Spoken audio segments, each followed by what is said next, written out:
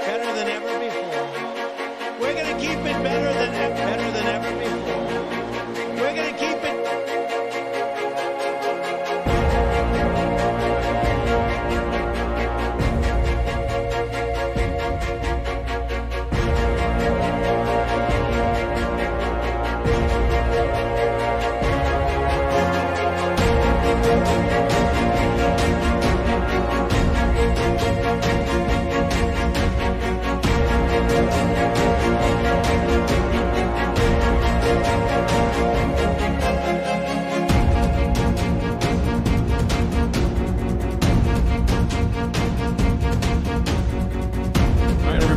All right, everybody, we're live. We're ready. No, we're not on the video. Oh, yet, Ben. Hold on. Yeah, we're on the video. There we go. All right, your Ben Joravsky show for Wednesday, June 19th is just moments away. Actually, Ben, before we get into that, I need to know the guests. Who are the guests? The guest today, Monroe Anderson. Monroe Anderson. And Sergio Mims. All right. That's it? Yeah, what? That's not good enough for you? We usually have three, right? Leah. Oh, nice. Hey, Yeah. Leah. Leah's our third guest. All right.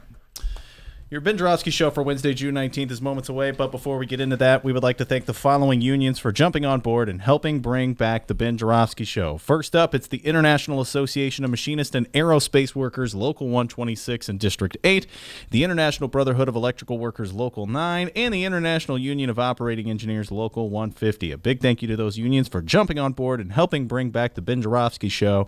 And, of course, today's program is brought to you by our good friends at the Chicago Federation of Labor. The Ben Joravsky show starts now.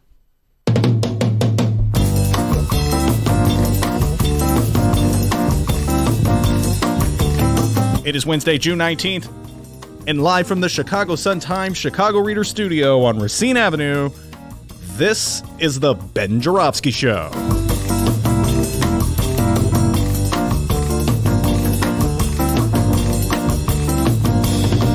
Today on the program, legendary Chicago journalist Monroe Anderson returns, and we also welcome back our good friend and director of the Black Harvest Film Festival, Mr. Sergio Mims. And now your host, attender of the Black Harvest Film Festival, Chicago Reader columnist, Ben Joravsky. Hello, everybody. Ben Joravsky here. We're calling this Hard to Keep Up Wednesday.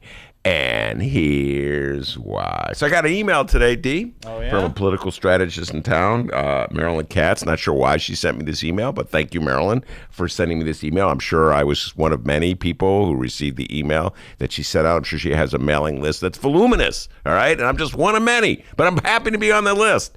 And for some reason, she felt compelled to put together a list of all the Chicago officials who have been convicted of corruption over the last, 50 or so years. So from like 1972 to 20, well, up to the moment, the list is up to the moment, she tabulates 460 city of Chicago officials have been convicted of corruption, including 30 aldermen. She also lists a few people who've been indicted on corruption charges, not yet convicted. And as you know, Dr. D, in our systems of justice, you're innocent until proven otherwise. But anyway, she includes them on the list, including Mr. Ed Burke, Alderman Ed Burke of the 14th Ward. So a lot of people have convicted or indicted of corruption in the city of Chicago. And it leads me to say, if greatness is measured by badness, we are truly a great city. Anyway, let's see. There are some of the great names of the past, the glorious names of the past who've been convicted of corruption. Fast Eddie Verdoliak, Sandy Jackson, William Beavers, Jim Lasky. It's an old friend of yours, Dennis. I know you know Jim Lasky. And here's the thing. No sooner had Marilyn Katz compiled this list and sent it out, then guess what, D? It was out of date. That is correct. We are so good at producing corruption in the city of Chicago that it has to be like an instantaneous chart, like that chart they have in Times Square of people being bored. You know that one that goes every day somebody new is born. That's how we have to do it to measure corruption in the city of Chicago. And the latest example being one of your best friends in politics, Dennis, Proco Joe Moreno, alderman of the 1st Ward, former alderman of the 1st Ward, and the hipster alderman, we like to call him. He was appointed by Mayor Daley. He was elected by the voters. He was beloved by Mayor Rahm. Mayor Rahm put him in charge of some committee or another. Can't remember which one. And he got the nickname the hipster alderman because he was one of the few aldermen of the last 10 years or so who loved 90s rock. In particular, he loved the band Nirvana. He's been on my show a few times. He came to the Hideout. You're the one that gave him the hipster alderman nickname, right? Or others were others. I picked up on it because he was the hipster alderman. When he first got appointed, it's like, yeah, man, I'm like really into rock and roll. I don't think knowing Nirvana makes you a hipster. Well, for the city council, the old geezers are like, who's that? You're right. Yeah, you talk about Bernie Stone. The guy was like 80. Who? Nirvana? What? You know, no one is as good as Frank Sinatra back in the 40s, all right? Anyway, by the way, I agree with Bernie Stone. And sorry, hipsters out there, Frank Sinatra is way better than Nirvana. Just putting it out there. Just got to live with it. Anyway, Proco Joe Moreno loved Nirvana. As I said, he was a guest on the show 1 or 2 times. He was a guest at the Hideout. Mick Dumke and I had him on there, and he was actually a guest one of the most depressing nights in the history of the First Tuesday show at the Hideout. That would have been the 2015 mayoral election. It was a First Tuesday show. We thought this would be a good idea. I know what we'll do. We'll go live at the Hideout, and as the votes are being counted, we'll discuss, the outcome and who's ahead and who's going to win. And we had Kenny Davis on his cell phone. He was going to be tracking the numbers coming in. We had aldermen lined up. We had 3 different aldermen, Amaya Pawar, Pat Dow, Proco Joe Moreno were on the stage with us to discuss and analyze. And they were all, by the way, Mayor Rahm aldermen. I was the only non-Mayor Rahm person on the dais. Make this very objective, right, D? So anyway, there we were. Proco Joe Moreno was on stage with us. And when we thought the election would go on for an hour or so, guess what, folks? Within like 15 minutes, Ken Davis was reporting, sorry to break the news to you, but Rahm Emanuel has been elected mayor again. It was that quick, and so it's one of those things of democracy where the citizens of Chicago got to speak, and I had the reaction, you dumb mother beeps. Sorry about that, citizen of Chicago. Anyway, Proco Joe was in such a hurry to get off the stage that night. Why, you ask, D? Good question. Because he wanted to head over to Mayor Rahm's campaign party so he could be seen with the mayor. Hey, I was here the whole time. I was not hanging out with Ben and Mick at the Hideout. No. Anyway, just thinking about that night makes me depressed. 6 months later, D, a Cook County judge forced Mayor Rahm to release the Laquan McDonald video, and it was as though Chicagoans across the city woke up to realize that they had just reelected as their mayor a man who potentially concealed evidence of murder. How about that, Chicago voters? Heck of a job you did one more time.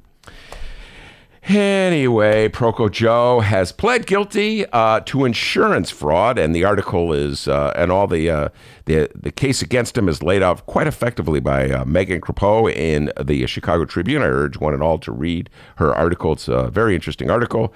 Prosecutors have said that Proco Joe Moreno, boy, this is what a scheme he came up with, loaned his Audi A6, that's a car, D, in early January to individual A, an erstwhile girlfriend. He handed over his keys and watched her drive away from his house, then texted her with a request not to smoke in the car.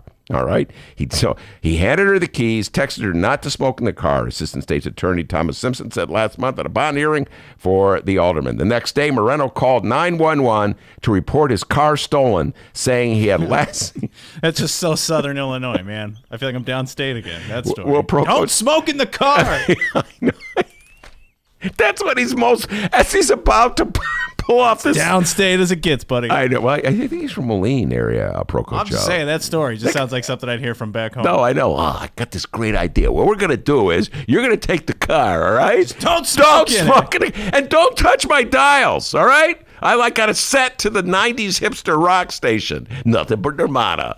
24 hours a day. Oh, hey, what's your favorite Nirvana song, by the way? I've been wondering this. Yeah, my favorite Nirvana song is Coffee. Oh, okay. Yeah, that's the one that goes, Coffee, I'd like it black. He's hip, guys. Guys, I got to tell you, I could not identify one Nirvana song. Look, the only reason I know about it is Proco Joe. Remember he came to the studio to give me a magazine? How many members are in Nirvana? Well, one of them died. Did you know that? Come on, dude. Obviously. Oh, little mister. I know Nirvana. Kurt Huh? Cobain. Yeah, he died. So there's now 4? No. Leah, how many members in Nirvana? Do you know? 5.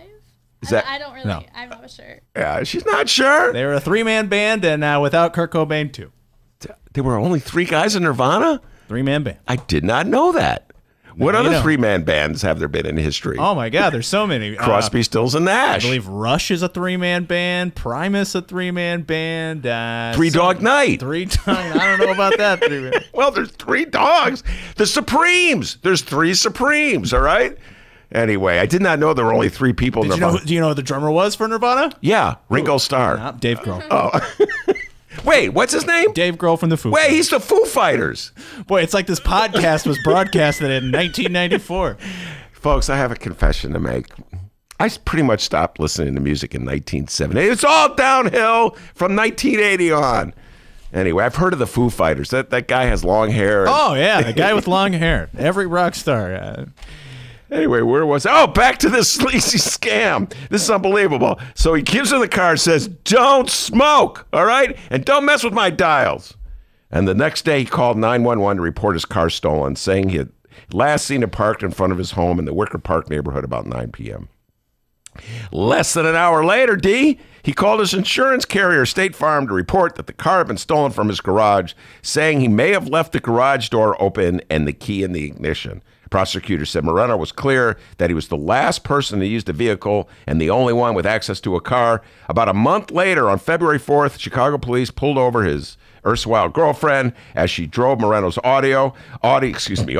She was surprised to learn from officers that the car had been reported stolen. She was arrested on a charge of criminal trespass to a vehicle. Later the same day, Moreno told a TV news interviewer that he had given the car to someone with whom he was in a relationship, but that he had a hard time getting a hold of her and reported the car stolen. Wow. He, of course, was defeated shortly thereafter in his election. The voters of the First Ward said, oh, you know what? Even we as Chicago voters cannot vote for this guy anymore. First Ward voters, you really stepped up on that one. I got to give you credit for that one. You did not reelect Broco Joe after that scandal. All right.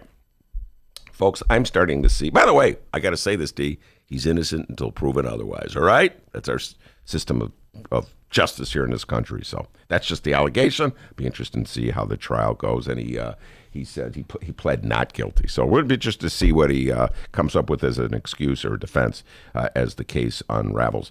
But folks, I'm starting to see a correlation here between Chicago voters who are so cynical and so jaded that they keep reelecting the same old mopes and those aforementioned mopes who rob them blind. We got a great show today, everybody. Monroe Anderson will be here. It's Wednesday, so it's Midweek with Monroe. Isn't that the name of the segment, D? Midweek with Monroe? Yeah, I believe so. Midday with Monroe. Midday? Midweek? I don't know. Hey, we got to talk to Monroe about that. Where are the T-shirts? We're supposed to have T-shirts. Oh, yeah. Let's get T-shirts of a segment we don't know the name of. And then Sergio Mims, Black Harvest Film Festival, will be in as well. And, Sergio is going to tell us what the lineup for the Black Harvest Film Festival and also talk about all the news of the day. Guy's a political junkie if I ever saw one. We're talking national news, local news, Trump news, a lot of Trump news today. A lot of good stuff coming ahead. Politics. But before we do any of that, the doctor has the news. Name's Dennis. Never been a doctor in my life. All right, first up, let's talk to the YouTube live stream chat. Pat Rod. It's just Pat Rod. Pat Rod's having a good time here. He says here, Green Day, another 3-man band. Oh, yeah, that's correct. Yep. Oh, yeah, that's correct. Yeah, Ben knows. Their right? big hit was Evergreen. Okay. Not at all. They had a lot of songs, but anyway. Can you name one Green Day song? Yeah, Basket Case. That's Wake Me Up When September Ends. Wow. Boulevard of Broken Dreams. American Idiot. Wow, man. You know you're a lot When of I Green Come Day. Around. Leah, you a Longview. big Green Day fan? Nah, not really. Okay. I'm way older than Leah, by the way. Get used to it, man. They keep coming up. They don't know your music. Oh, and then Pat Rod says, tell Ben to listen to Drain You. That is his favorite Nirvana song. Drain You. I'm going to write that down. Oh, Drain You by Nirvana. All right? I know a lot of 90s people love Nirvana. I shouldn't make light of it. A lot of people of your generation, D. Yeah, Ben, heads up. You're going to hate it. You're not going to like it at all. Does it have something like a melody in it or, No. Oh, you know the song? Yeah, I know Nirvana. Oh, okay. Have you heard the song Drain You? Yeah. Okay. Do you like it? Yeah, it's good. It's pretty heavy. Heavy? Okay. Could use a little heaviness. Who would have thought? Today's Ben Joravsky Show brought to you by Nirvana. Hey, hipster Joe, love Nirvana. All right. Oh, they're the best ever, Ben. It's the middle of the day, and one more time before Ben heads off to L.A., remember tomorrow. Oh, where's my glasses, man? Get your glasses. Remember, tomorrow and Friday, no live 2-hour show, but you can download two Benny J bonus interviews. Subscribe and download them. But, Ben, before you head off, let's unpack that national news happening this afternoon. Oh, he's got his sunglasses on. I'm going to do the whole show with my shades on. Oh, great. Didn't Nirvana wear shades? More than likely. Leah, sure. didn't Nirvana wear shades? Did Nirvana wear sunglasses? Is your question? Yeah. I'm sure in their life they have worn sunglasses. But wasn't that part of their look? No. No? Okay. Not at all. All right. Well. I don't know what band you're thinking of there. Some group. The Blues Brothers. ZZ Top or something. Oh, I like ZZ Top. But anyway, before we head out here, let's unpack the national news happening this afternoon.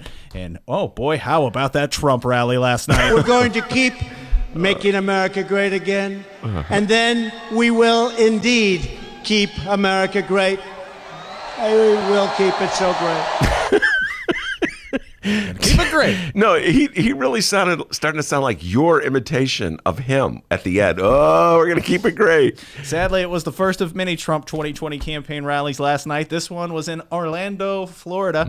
We have some highlights to play for all of you. Lucky you guys, huh? Get to hear these.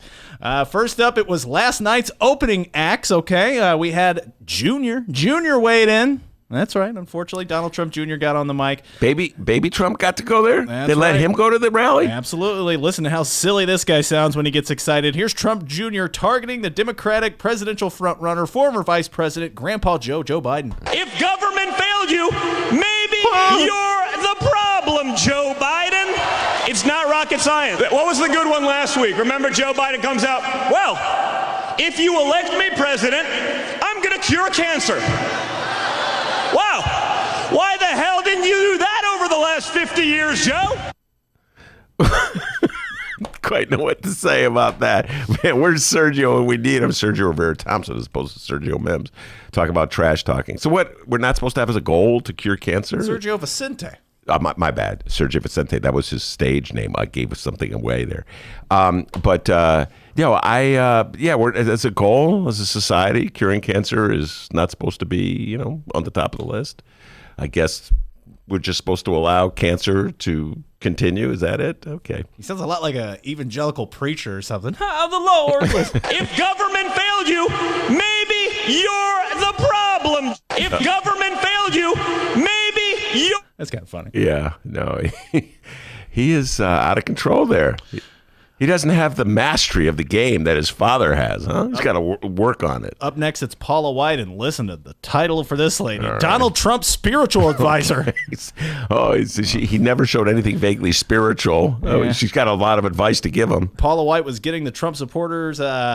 getting them warmed up here with Bible verses, and in the midst of that, she happened to cast a spell on what she called the demonic television networks who go against our president. Take it away, Paula White. So I'm going to deal with some principalities now, okay? Because you said in your word in Ephesians chapter 6, verse 12, that we're not wrestling against flesh and blood, but against principalities, powers, against rulers of darkness of this world, against spiritual wickedness in high places. So right now, let every demonic network that has aligned itself against the purpose, against the calling of President Trump, let it be broken, let it be torn down in the name of Jesus. Let the counsel of the wicked be spoiled right now.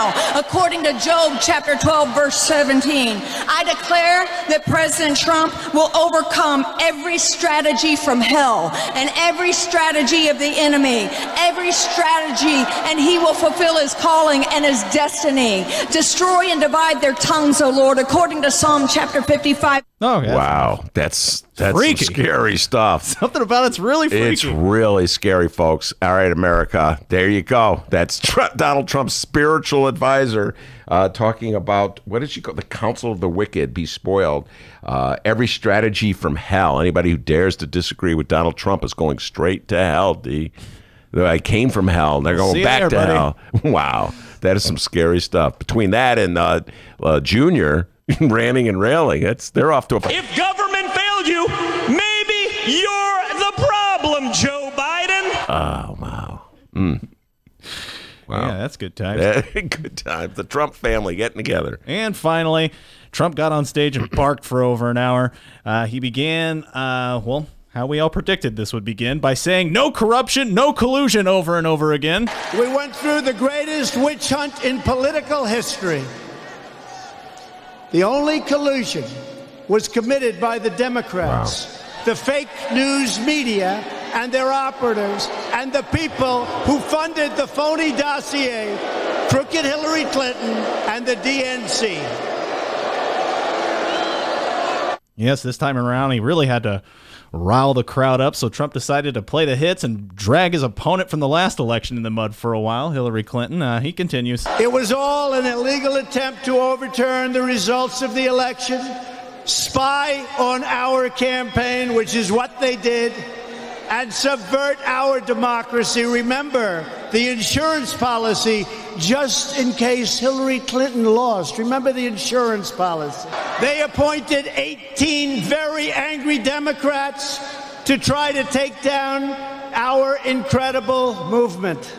After 2 years, 1.4 million pages of documents, 500 search warrants, 500 witnesses, 2,800 subpoenas, and 40 FBI agents working round the clock. What did they come up with? No collusion. And the facts that led our great Attorney General to determine no obstruction. No collusion, no obstruction. And they spent $40 million on this witch hunt. $40 million. No collusion, no obstruction. Sounds like that gag you keep pushing. Our great Attorney General, that'd be William Barr, who, of course, you want evidence of collusion, folks? You want evidence of obstruction? All you got to do is open up the Mueller report, showing it to you right there. Keep it on a copy on hand. Any page, you'll see evidence of corruption, collusion, and obstruction of justice. But that obviously is the strategy of Donald Trump. Play to the roaring masses and continually say, D, as you keep playing that tape, no collusion, no obstruction, and hope somehow or other that the rest of the country falls in line. You and I have been having this conversation for quite a while. Monroe Anderson will be in here in a little while to talk about it. Neil Steinberg wrote about this in today's Sun Times. Interesting column by Neil Steinberg. He's a liar, bully, and fraud, but remarkably good at it, about Donald Trump. And the issue is whether a majority of voters in this country will fall in line for that. I remain as jaded and as cynical as my living here in the city of Chicago since 1981 and watching how politics plays out here in the city, and how we, as I said earlier, keep electing the same old mobsters. I do not believe that a majority of voters in this country will reelect what you just played. So there you go. I'm going on the record, D. I do not believe a majority of Americans in this country will support that. No collusion. And God bless the staff over at CNN. They were assigned the unfortunate task of watching this thing, and not only in its entirety, oh no, but also thoroughly. Good Lord, I would hate to have that job. According to CNN's fact check, President Trump's Orlando rally speech featured more than 15 false claims in over 76 minutes, but people, it's official. Donald Trump is running for re-election. Better than ever before. We're going to keep it better than ever before. And that is why tonight I stand before you to officially launch my campaign for a second term as President of the United States. You excited, Ben? Well, I'm going to tell you this. All the people who come in here, they all say, you can't just run against Donald Trump. You have to stand for something. I agree. The Democrats have to stand up for something. But, folks, let's be clear. After hearing that, you know what the number one item on the agenda for the next election is: Donald Trump. After you hear that minister and you hear that insane son and you hear Donald Trump just rattle off some lies and distort absolutely everything that has gone down for the last 3 years, and you vote to reelect him, well, this country's in a lot worse shape than I ever thought. But it's clear that Donald Trump is at the top of the list. You could talk about all you want about your various proposals and plans, etc., but he is the person that draws the most interest, draws the most attention, and either fills people with such passion that they rise to their feet and cheer the lady who's talking about what is it? Demons subverting our democracy. Nice lady. Yeah, nice lady. Love to hang out with her. So it's hard to get around the fact that that he is the driving force in this next election. It's going to be a referendum on how much you like him and how much you detest him. And this news came in today. We're going to have to ask Monroe Anderson about this one. According to the Republican National Committee, eat your heart out, Joe Biden. Donald Trump, after this rally in Orlando, has raised nearly $25 million for his re-election campaign in less than 24 hours. Yeah. That just shows you that there's a lot of money behind Donald Trump that has nothing to do with him calling about, making America great, et cetera. It's all about that tax break that he passed. He got Congress to pass, but was it 2017? I'm losing track of time, D, about over a year ago. So there's a lot of money at stake and a lot of powerful interest rallying behind Donald Trump because he's looking out for them. So it's a big battle ahead of us. Big battle. In other news involving Donald Trump nationally, the Donald Trump administration took another big step today. And surprise, it's not a big step forward. In fact, it seems like the opposite. President Trump and the Environmental Protection Agency have decided to replace an Obama-era climate change rule, the Clean Power Plan. Replace it with what, you're asking? Well, with coal, of course. Trump's rule lays out ways states could direct coal plants to increase their efficiency with hardware fixes or operational changes. With the regulation that academic and health experts warn could help some of the oldest, dirtiest coal plants to keep running. Yeah, absolutely. What Donald Trump is doing with the environment is similar to what he is doing with abortion law and reproductive rights. He's taking an extreme stand. The Republican Party is supporting him on this in the hopes that there's a challenge, and that there'll be a challenge in this case by environmentalists who the case will ultimately come to the Supreme Court, and the issue will be how much jurisdiction does the federal government have in regards to regulating the environment? How much say can the federal government have, let's say, on whether, I don't know, Wisconsin under Scott Walker gives a plant a license to pollute the skies, or whether the state of Alabama gives a license to a company to pollute the waterways. The issue is whether there should be federal oversight or each state should have its own jurisdiction. Donald Trump is trumping there you go, states' rights effectively, and saying the federal government does not have a role to play in regulating the environment. And he is just begging environmentalists to file suit, which they will, and it'll come down to the Supreme Court ultimately. And that, of course, is the Supreme Court that Donald Trump just appointed two judges to. So, that's the nature of the game.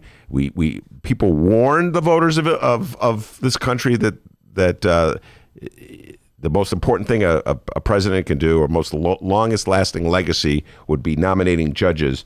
And we're seeing that the consequences of that 2016 election right there with environmental law. Now, of course, we will keep you posted on these stories as today's program rolls along. But we're moving on. And coming up after this short little break, people, we're going to find out what else is news. Don't go anywhere. It's the Ben Joravsky Show. Read the Chicago Reader to get up to speed on what's what in Chicago. Culture, food, arts and entertainment, weekly concert listings, weekly event listings, the environment, travel. I can continue, but you get the point. And for all of you Chicago political junkies, raw weekly columns on real city politics from Maya Dukmasova and our very own Ben Joravsky. The Chicago Reader, free to the public in newsstands throughout the city and online at chicagoreader.com. Read it now and be a more informed Chicagoan.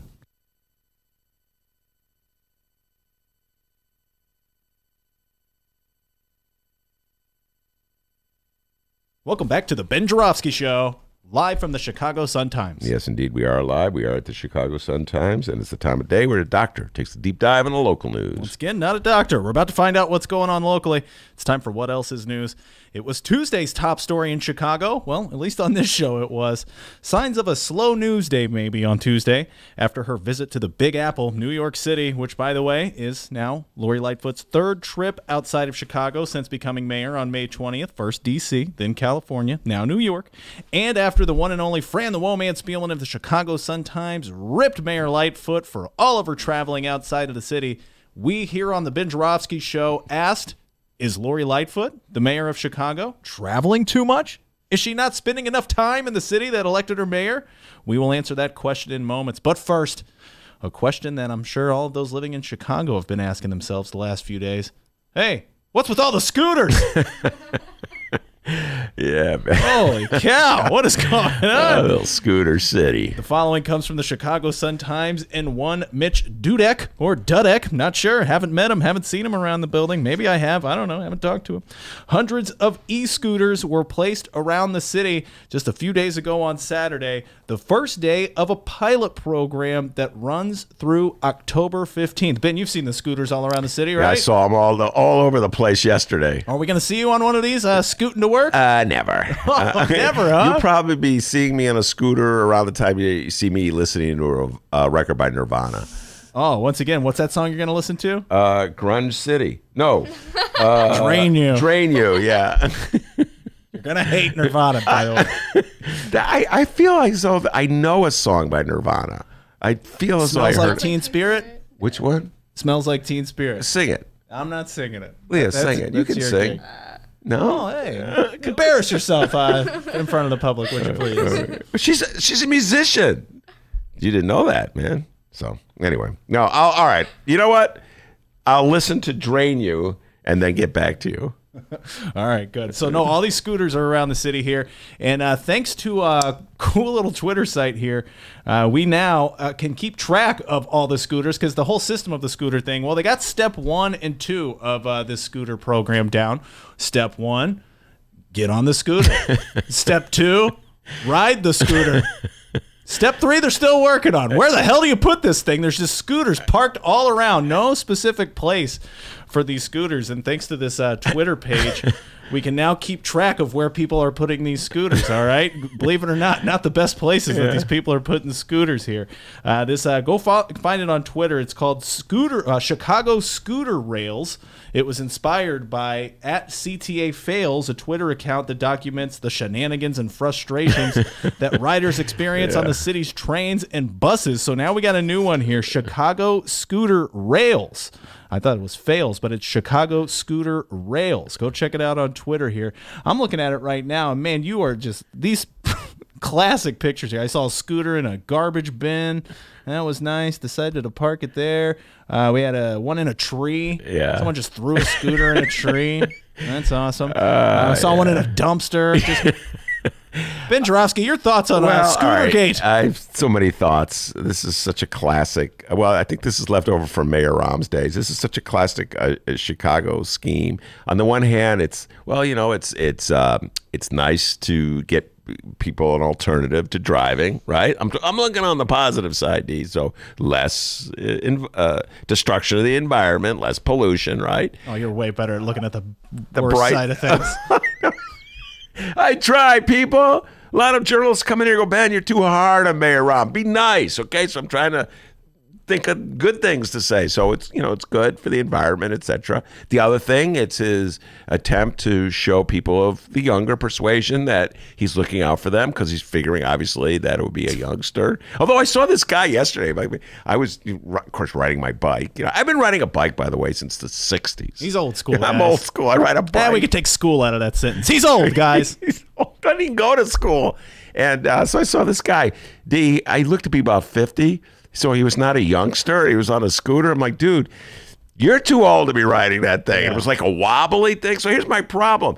People are like, they haven't mastered the art of riding the scooter. So it's sort of like, uh-oh, here comes a guy in a scooter. I have to really be worried about him because I don't know if he controls the thing. Is he going to come and hit me? By the way, they're on the sidewalks. You know, bicyclists get on the ticketed. Sidewalks, the middle of the road. Do you need a license to drive one of these scooters? No, I don't know. Listen, you know what? There's a lot of problems in the world. There's a lot of problems in the city of Chicago. I don't want to be making this into Scootergate. But, you know, it's just one of these things. I'm hoping that this is just a fad that dies. You get what I'm saying, D? And that it just becomes an unpopular thing. I remember, like, the skateboards, man. There would be kids on the skateboards, and then I saw some, like, old guy on a skateboard wobbly going down. Like, what are you doing on the skateboard? So I think it'll take a few weeks, but catch Ben Joravsky on a scooter. No, he's not going to. Maybe Monroe Anderson will get on one of those scooters. He looks like a scooter guy. Yeah, he's a scooter guy, man. Huge Nirvana fan, by the way. Oh, yeah, I can tell. I know he likes Nirvana. All right, Ben Joravsky, now that you've had a whole 24 hours to think about this, we're going to throw it on you here, ask you the question. Has Mayor Lori Lightfoot been spending too much time outside of Chicago, or is this just a nonsense story? No, I think there's an issue here. We're going to talk about this with Monroe Anderson and probably get Sergio Mim's thoughts on this as well. I think there's an issue here. At first I was making fun of the story, but then Jerry Brown, who was on the show yesterday, made a compelling point that Lori Lightfoot had been chiding one of her police chieftains for going on a family vacation. And so, you know, that all hands need to be on deck for the summer months, when it comes to dealing with the issues of crime in the city and the murder rate in Chicago, and the people shoot each other. And so if you're going to chide one of your top cops for going out of town, then you should probably set the example.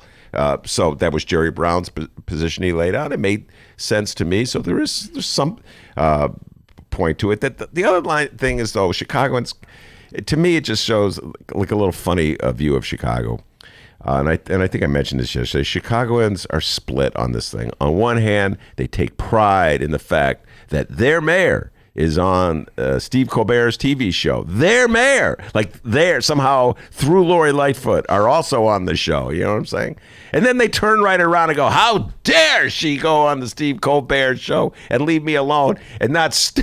They also shows like a bad attitude they have towards Chicago. Think about it, D. It's like you're sentenced to the city of Chicago. You have to be in the city of Chicago. Who is she to think that she could leave this hellhole? So it's kind of like sort of like, I hate to say it, Chicago, but it kind of shows you have like a negative attitude about yourself and your city. Hey, let me point this out to you. Okay? Yeah, okay. From Gary, Indiana, I want to say. Exactly. There are 3 million people in Chicago.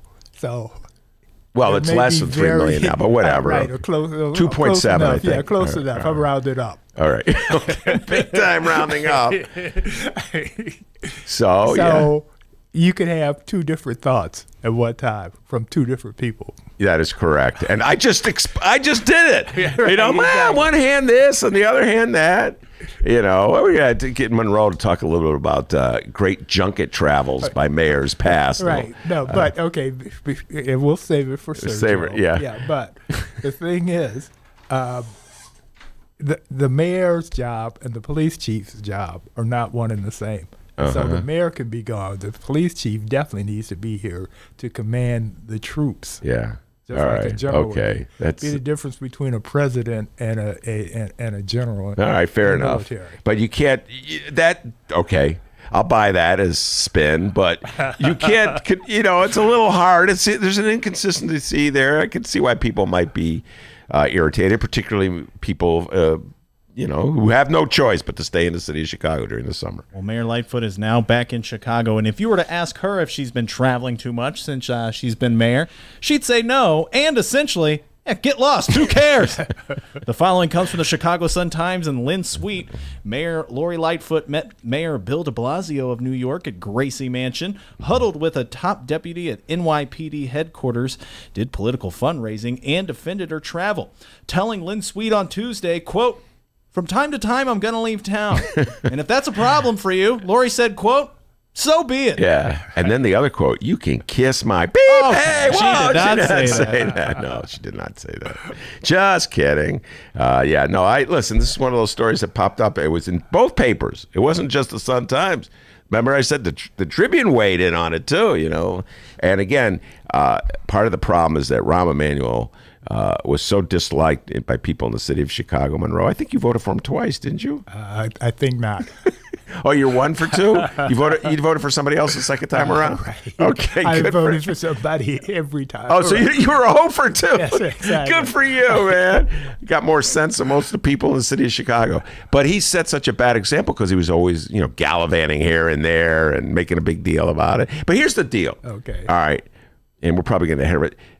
The part that I find irritating is when a mayor acts as though he or she, when they're flying around the country, is really doing the people's business. You know what I mean? That's like really insulting the intelligence of Chicagoans. And it's easy to assume that they're not that intelligent because they look at the people they elect. Yeah. But I'm just saying it's a real insult. Like, oh, I had to go to New York. Right. No, they are doing the people's business. Okay. Well, we could save this for Sergio because you want to be in on the conversation, so we can argue. Okay. Or I could explain it, some of it to you now. It's your choice. All right. Explain a little bit now, and we'll ask Sergio to weigh in with his opinion on this. Go ahead. Okay. For example, when I covered Harold Washington, one trip I made was to New York. Okay. With him. Yes. You were a reporter. I was a reporter. Okay. Got it. And we went there he went there to work on Chicago's ratings.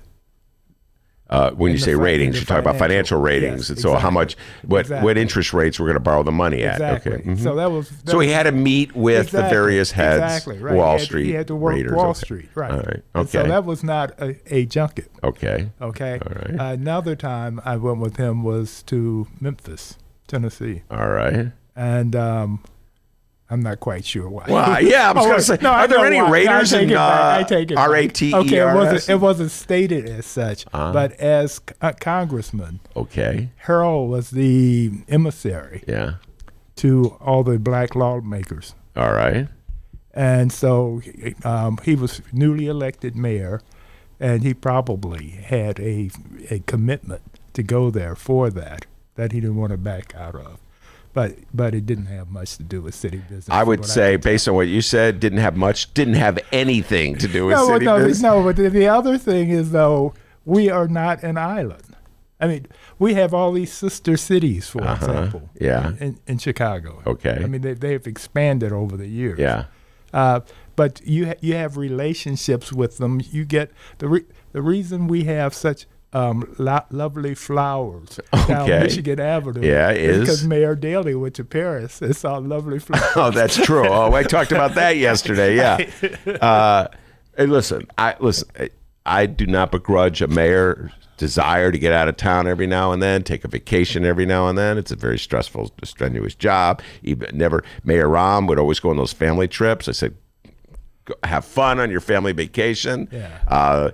It's just. I have a hard time falling in line with the notion, the spin that somehow or other these trips are all about officials. And Rahm used to send out the press release. This is part of like I'm saying, Lori Lightfoot is paying for what Rahm would do with these press releases saying Rahm will be meeting on official business, here, there, like in Washington, like he's this globe-trotting important VIP, and I don't know.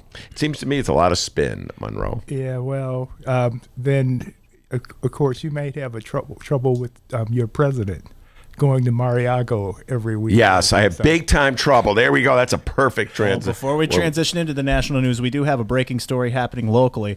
Yeah, I guess, Lightfoot, you're off the hook on this traveling too much story, all right? Because now we officially have bigger things to talk about. This comes from the Chicago Sun-Times and the one and only Fran the Woe-Man Spielman, along with Tim Novak.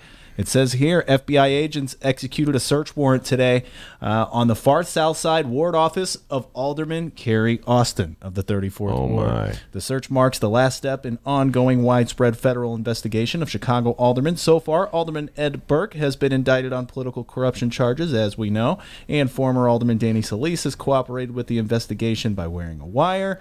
At the time the search warrant was executed, Carrie Austin was hit with Mayor Lori Lightfoot at Percy Julian High School to announce a new $1.4 million summer mentoring program for at-risk youth. Looks like here the story's developing. As all right, that story's developing. It's funny because I opened up this today's segment, Monroe, by talking about how hard it is to keep track of all the corruption trials, indictments of Chicago officials.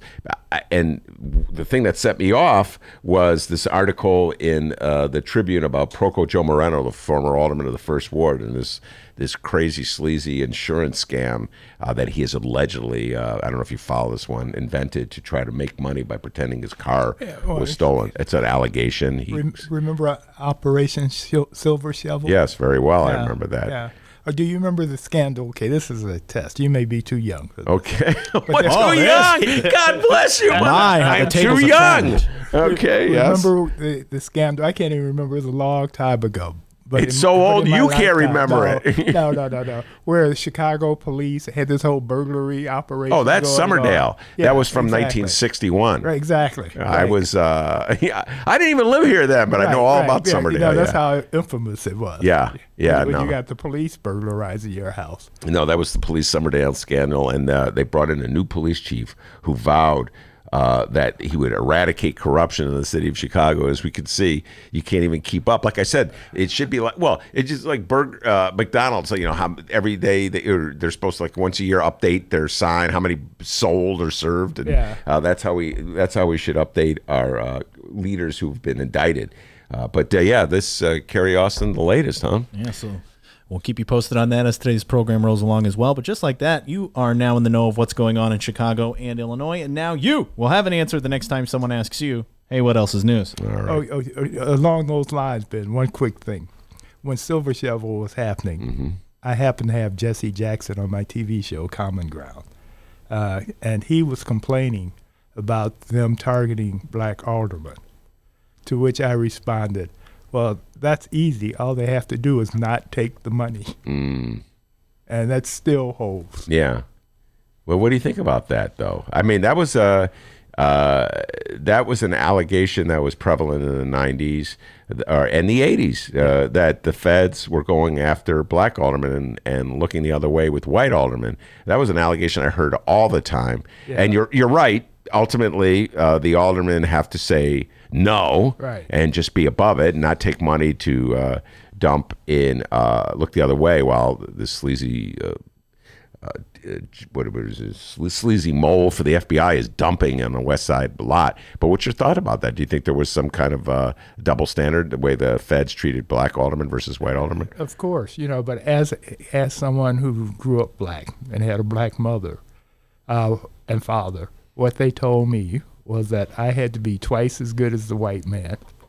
And part of that being twice as good as the white man is being half as crooked as the white man.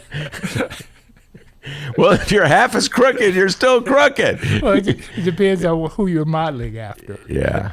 But your basic point is a good one. Don't take the money in the first place.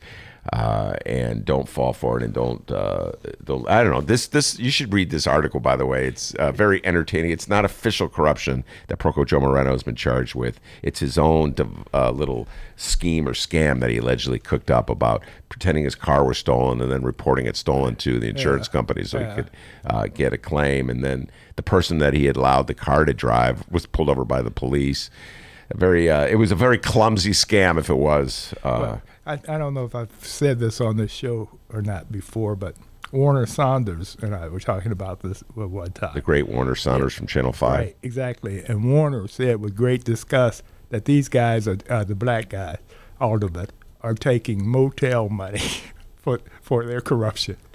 That was motel money? Yeah, right. It's just enough to get a motel to take their girlfriends to. Warner Saunders.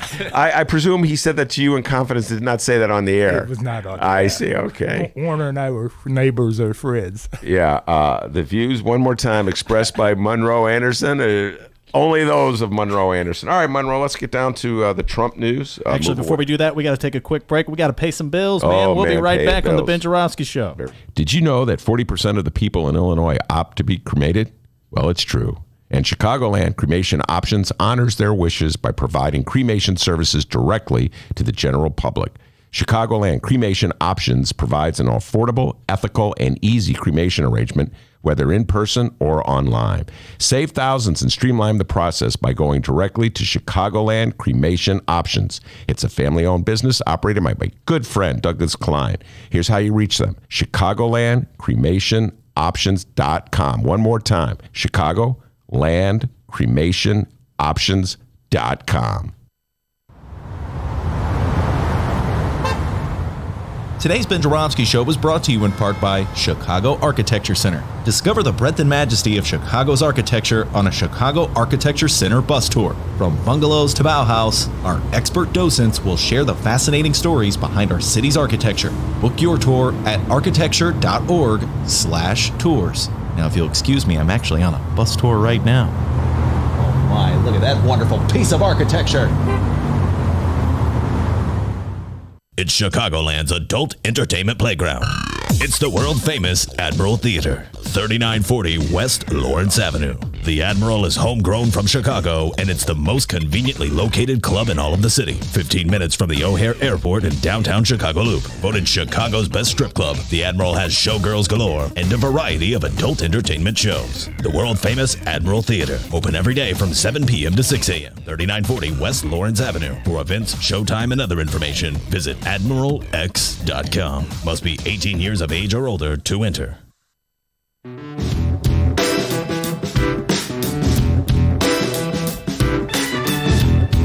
Commercial break over.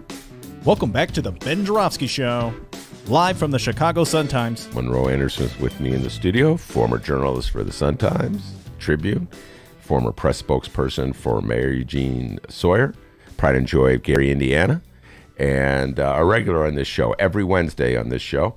And his specialty, as our listeners know, is Trump, Trump, Trump, and Trump.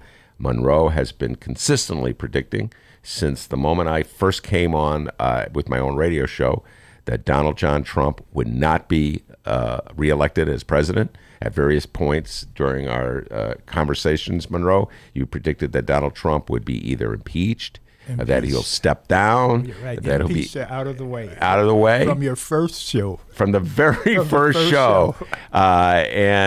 So yesterday, as though almost he was trash talking you, Donald Trump put together a massive rally in Orlando, Florida, where he announced he was running for re-election.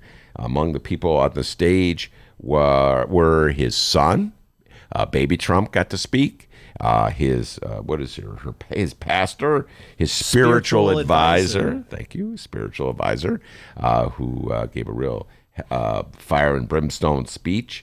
And then, of course, Donald weighed in as well. So why don't we play, we played it already, play it a little more so we get Monroe's thoughts on, you got the minister? You got that minister? Let's hear the minister. Trump's spiritual advisor. This lady better make a lot of money. That's all I'm saying. So I'm going to deal with some principalities now, okay? Because you said in your word in Ephesians chapter 6, verse 12, that we're not wrestling against flesh and blood, but against principalities, powers, against rulers of darkness of this world, against spiritual wickedness in high places. So right now, let every demonic network that has aligned itself against the purpose, against the calling of President Trump, let it be broken. Let it be torn down in the name of Jesus. Let the counsel of the wicked be spoiled right now. According to Job chapter 12, verse 17, I declare that President Trump will overcome every strategy from hell and every strategy of the enemy, every strategy, and he will fulfill his calling and his destiny.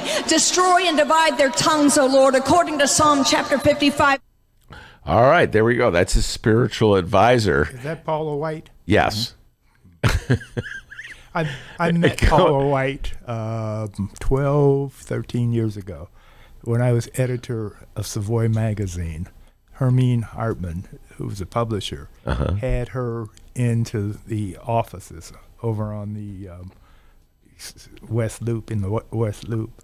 Not far from where we are now. And Paula had flown in on her private jet that her people, her worshipers, had paid for. Okay. She had got the black actor that's big He was Tiny Lister Jr.? Yeah. Tiny Lister Jr. was a part of her. Yes, she had him with her, and she was dripping in pearls and gold and what have you, and I thought, God is good.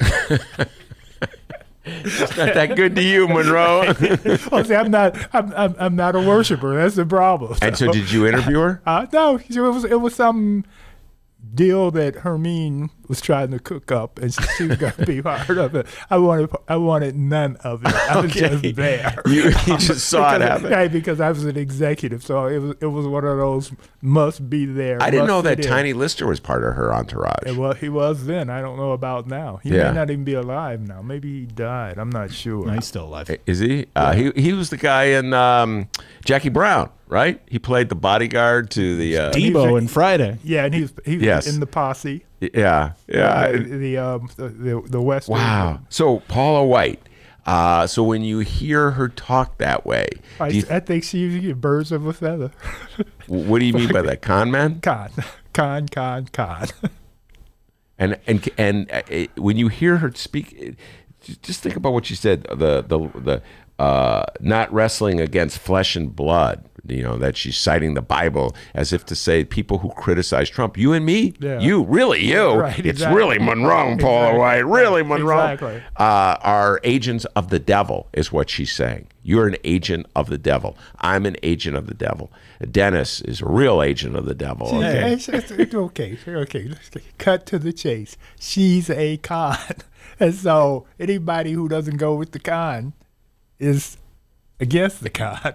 Anybody who's against the con is not right with God. And that's part of the con. Right, exactly. All right, so what do you think America's reaction will be when voters hear that, when they hear her rhetoric, what she just got finished saying? Well, if you're a Trump nut, then you love it because that's what you believe too. Yeah. You know, I mean, there are some Trump nuts that believe that God put Trump in that position to do whatever he's doing, which is questionable. But I mean, these people, the true believers, are true believers. They believe in Trump. They believe that if he told them water is not wet, they'd be running around telling people water is not wet. And that's how much they believe in it. Yeah. And then she would be giving some kind of spiritual underpinning to that. Right. She would say, and I'm going to baptize you in this dry water. Which is not wet, okay? Right, exactly. Well, all right. So the Trump true believers appreciate it. Yes. What about the rest of the American electorate? The rest of the American electorate wants him out of there quick, fast, and in a hurry. And then I think his job disapproval right now is at 54. His disapproval His at 50, disapproval. which is astoundingly, in my opinion, low. When I hear that, it should be, I'm worried that it's not 84, but whatever. I see your point. Oh, yeah. No. You know, in my regular fights with right-wingers on Facebook, some have complained to me about the 90% of the press coverage with Trump is negative. And my reply is, why is it so low? It should be 95.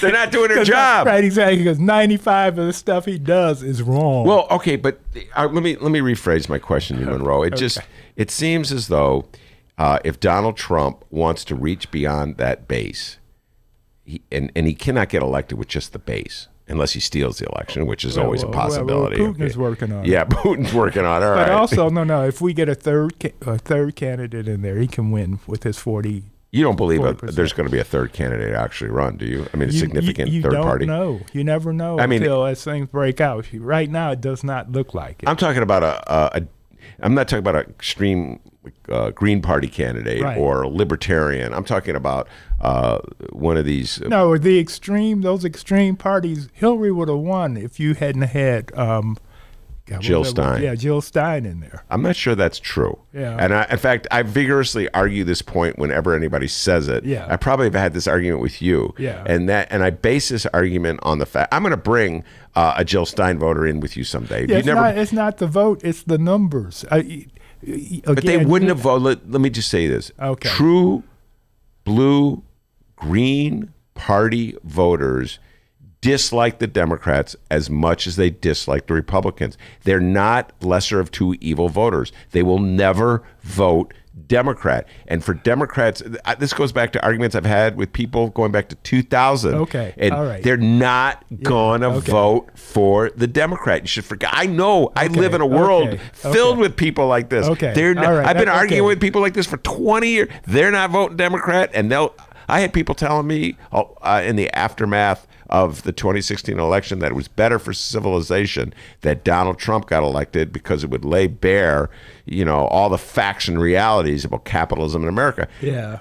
People who view that world that way are not going to vote for Joe Biden or Hillary Clinton. You get what I'm saying? So the Democrats failed to win because they didn't get people who normally vote Democrat to vote. Right. Well, that was Putin's work to some extent. I mean, no, the Russians ran these fake Facebook ads, making Hillary into this horrible racist because of Bill's shadiness. Yeah. And the one statement she did about the predators. Yeah, predators. Mm-hmm. They turned that into a whole Hillary and Bill are racist. No vote for Hillary. And so many blacks who weren't going to vote for Trump didn't vote at all. They just stayed home. Yeah. Plus, the Republicans helped it with their voter suppression here and there. Well, so going back to the point when I hear Paula White and her rhetoric, the point I was going to make is that traditionally a president will try to bring in independent voters, try to expand the base. Try to move toward the center a little bit to entice people. Yeah, that's not his strategy. Wow. His is a base. He wants a base election. He thinks because his base is so loyal, so into him, that they're going to show up. They're going to walk through over fire to get to him. And that's and he wants to keep them there and keep them fired up so they will do just that. And he thinks that if he can do that, and with whoever the Democratic candidate is, if he can push his numbers down, his or her numbers, favorability numbers down, then he can win because that's how he beat Hillary.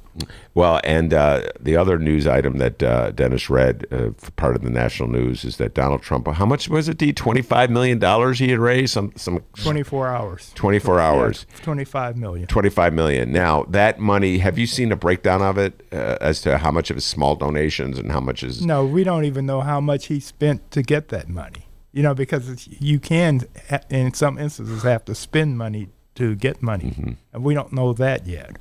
So what I'm trying to say is, when I first heard that, I go, "Wow, that is some well-to-do people who are the beneficiaries of his tax break, his tax law that passed in 2017. They gave a huge break to millionaires, gazillionaires, etc. Exactly. And that does not reflect just like small contributions by ordinary people. It could. Because he has that mix. For example, I think the red caps, the Keep America Great caps that everybody's, that's the new slogan. Yeah. The Make America Make Great. America, yeah. Great caps that they wear, they pay $50 for those. $50? 50. And, they're $5 caps made in China. If they're $5. Exactly. So, and as you saw, there was a sea of red caps at the rally yesterday. Yeah, at the rally. Yeah. I have a hard time believing that somebody an independent-minded voter could hear Paula White's rhetoric and not be turned off. But that may be my bias. Oh, no. Well, depends on how religious you are. You can be independent and religious too, believe it or not. And for those people, it may have some appeal. Well, I always thought we were supposed to separate church from state, and but apparently that's in the Constitution. Who pays? Oh yeah, who pays it? Yeah, definitely not Donald Trump. Exactly. Anyway, so let's hear from Donald himself, D. Let's. Oh no, Baby Trump made his debut. What are your thoughts on Baby Trump? Junior. He's dumber than his dad. If government failed you, maybe you're the problem, Joe Biden. It's not rocket science. What was the good one last week? Remember, Joe Biden comes out, well, if you elect me president, I'm going to cure cancer. Wow. Why the hell didn't you do that over the last 50 years, Joe? There you go, Baby Trump. Yeah. You think that's going to win over some voters? No. No. All of that yesterday was aimed at the true believers. That's Trump's troops. And he was intent on firing them up. So he gave them all the oldies but goodies. You know, they talked about Hillary more than they did Biden. Yeah. Yeah. They were even chanting, lock her up, at a point where, if we're lucky, we'll be locking him up. Locking Trump up. Yes, exactly. Yeah. And Junior, too. That's a bonus point. Yeah. He was talking about the immigration. All the stuff that got him elected because he has no plans for the future. He's failed on the wall. He's the tax break that he told them they'd get went to the rich, not to them. And the tariffs aren't helping any. I mean, his incompetency shows day in and day out. Well, we have time. Let's play Donald Trump himself. Here's the great Donald Trump. Right, I got 3 clips here. Anyone? Just anyone. All right. We went through the greatest witch hunt in political history. The only collusion was committed by the Democrats, the fake news media and their operatives, and the people who funded the phony dossier, crooked Hillary Clinton and the DNC. Yep. Crooked Hillary Clinton and the DNC. Yes, exactly. And there was no collusion, although Mueller himself said that with the collusion, which is not he wasn't looking for it because that's not a legal term, and what he was looking for was conspiracy with the Russians, and he said he didn't have enough evidence to prove that. He didn't say it didn't exist. That's a nuance that will be lost on Donald Trump and his supporters for the Well, it's not lost on Trump. He knows exactly how he's lying. Yeah, that's true. Except, well, maybe not, because if you watch the George Stephanopoulos 30 Hours the interview, did you see that interview? Mm-hmm. Yeah, when they were in the Beast riding around the presidential limo. And George brought that. He brought that up. Well, Trump said no obstruction, no collusion, no obstruction, no collusion. Right, exactly. And George said no, that's not true, and corrected it with the facts. And he just dismissed George as if he was one of his White House staffers or something. Yeah. How dare you contradict me? Well, again, it will really come down to whether a majority of American voters buys into the fact that it doesn't matter. In other words, I believe the true believers will follow Trump's line that it's just been all set up. People are picking on Trump. They don't like you, so they're going after me. That's Donald Trump's line. I cannot believe a majority of Americans will buy into that. But I think there's a chance that Americans who probably aren't fully paying attention or are doing well financially will say it ultimately doesn't matter because all politicians lie, all politicians cheat and deceive, etc. Yeah. And that's the argument. This is the thing. This is why the House Democrats have to quit all the hand wringing and just go for broke. They need to start at least an impeachment inquiry, because then they can force people in to testify, because Trump is stonewalling everything. Hope Hicks was in today, and she Hope Hicks is former strategist. Yeah, well, she was the person. She was his at one point she was the media. The last job she had was the media person. She started off working for Ivanka as some sort of style person or something, but she rapidly worked her way up the ranks. Yeah, Trump liked her. Yeah, he liked her. Yeah, exactly. And so she was testifying while we've been in the bubble. She's been testifying today in Congress. Yeah, she's been testifying, and she's using executive privilege. The lawyer, she has a White House lawyer sitting next to her, and so anything they ask her about what happened in the White House, I mean, they ask her where was her office in juxtaposition to the Oval Office, and she refused to answer that. Did she use the Fifth Amendment? No, the executive privilege. Oh, executive privilege. I see. Yeah, she refused. So she's not answering, but the campaign stuff, which she knows a lot about, she's been answering that from reports coming out. And they're having a big fight about whether executive privilege covers that transitional period between when he actually won the election and when he actually took office. And that's going to have to go before the courts to be settled. Ultimately, a lot of stuff will come before the courts. Right. Monroe Anderson's my guest. It's we're talking Trump. We're going to take a break, come back, and talk about Patrick Shanahan, who is Donald Trump's defense secretary, or was anyway. We'll be right back after this.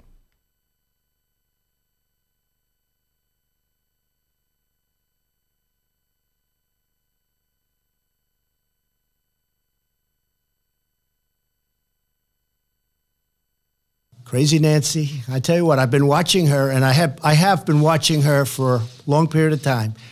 Hey, playing now at Steppenwolf Theater, the world premiere of Ms. Black for President. It's inspired by the true, that's true as in it really happened, TRUE story of Joan Jett Black, America's first drag queen presidential candidate. You know who created it, D? No. It was created by Tony nominee Tina Landau. Oh. And you know who else created it? No. Oscar winner Terrell Alvin McCraney. You know him, Moonlight. Oh, yeah. For tickets, visit steppenwolf.org. That's Steppenwolf, like the rock group from the 60s, Hang tight, millennials.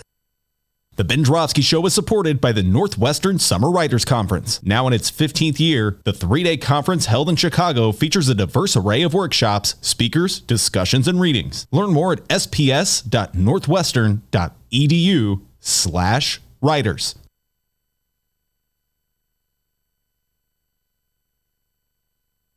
Cirque du Soleil's Big Top comes back to Chicago with its latest show, Volta. Venture into a captivating voyage of discovery inspired by the adventurous spirit of freedom, where a surge of action sparks a high-voltage journey. Volta. Playing May 18th through July 6th under the Big Top at Soldier Field. Tickets at CirqueDuSoleil.com. Volta thanks their partners Hennessy Black and Champagne Nicolas Fayette. And for the record, I love puppies. All right, everybody. Hour number 2 of your Ben Joravsky Show for Thursday, June 19th is just moments away. But before we get into hour number 2, we need to thank the following unions once again for jumping on board and bringing back the Ben Joravsky Show. So many unions to tell you about. First up, it's the International Association of Machinists and Aerospace Workers, not Aerosmith, Local 126 and District 8, the International Brotherhood of Electrical Workers, Local 9, and the International Union of Operating Engineers, Local 150. A giant thank you to those unions for jumping on board and helping bring back the Ben Joravsky Show. And, of course, today's program is brought to you by our good friends at the Chicago Federation of Labor. Hour number 2, let's go.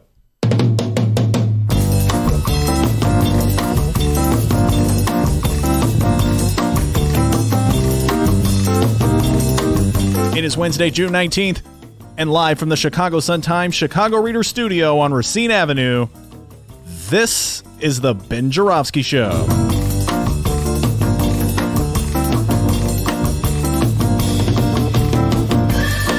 In this hour of the program, we still got Monroe Anderson in studio, and we welcome back our good friend and director of the Black Harvest Film Festival, the one, the only, Sergio Mims.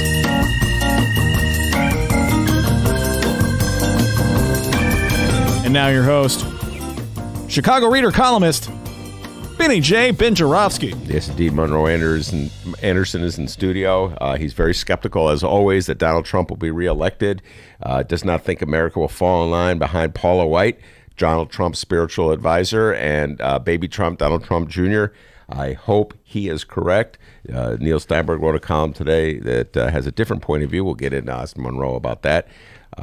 What's his thoughts on that? But before we do that, D, you got any updates for us? Yeah, I do. But boy, I just cannot get over how ridiculous Donald Trump Jr. sounds. If government failed you, maybe you're the problem, Joe Biden. Yeah. That's his attempt at sarcasm. Just mocking the notion that government could come together to find a cure for cancer. Obviously, Donald Trump think he's an effective spokesperson for his campaign. And we do have some updates here. First off, a reminder, tomorrow and Friday, there will be no full live 2-hour Ben Joravsky show. No, Ben's headed to L.A. Ben, put those sunglasses on. Show those live streamers how you're going to be living the next few days. Oh, yeah. Look at that, huh? Live streamers, Living large, baby. Oh, watch out, people. He's going to be in L.A. He's got his sunglasses and everything. He's ready. But do not worry, because we will have a bonus interview for you to download on both Thursday and Friday. And we got your back. It's all good. We will also have Benny J bonus interviews on Saturday and Monday. All right. So those are the 2 days we'll have those as well. Once again, tomorrow, Thursday, June 20th, and Friday, June 21st, the Ben Joravsky Show, full live 2-hour program will not be happening, but do not worry. We will have brand new interviews for you to download, including interviews from the Girl Talk, Erica Wozniak and Jen Sabella. And we had a great conversation Ben did with Ken Davis of the Chicago Newsroom, formerly of the Chicago Newsroom, I guess, and Ben's right-hand man, investigative journalist Mick Dumke. That was a good time, right? That was a lot of fun. Ken Davis was a little sheepish and good-natured about it. On his TV show, it was his TV show, where Lori Lightfoot made comments that she probably regretted making, or I don't know, I can't read her mind, about whether police, the Fraternal Order police, had ordered officers to lay low around Memorial Day and not crack down hard on crime so that the crime rate would be up and make her look bad.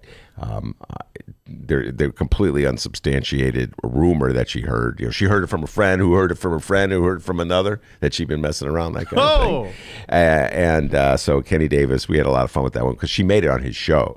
She made that comment on his show almost as like she was just chatting with him, That's the FOP, though. Oh, my God. Here you go, Monroe. The views and comments of Monroe Anderson are those of Monroe Anderson, all right? And on to our update here.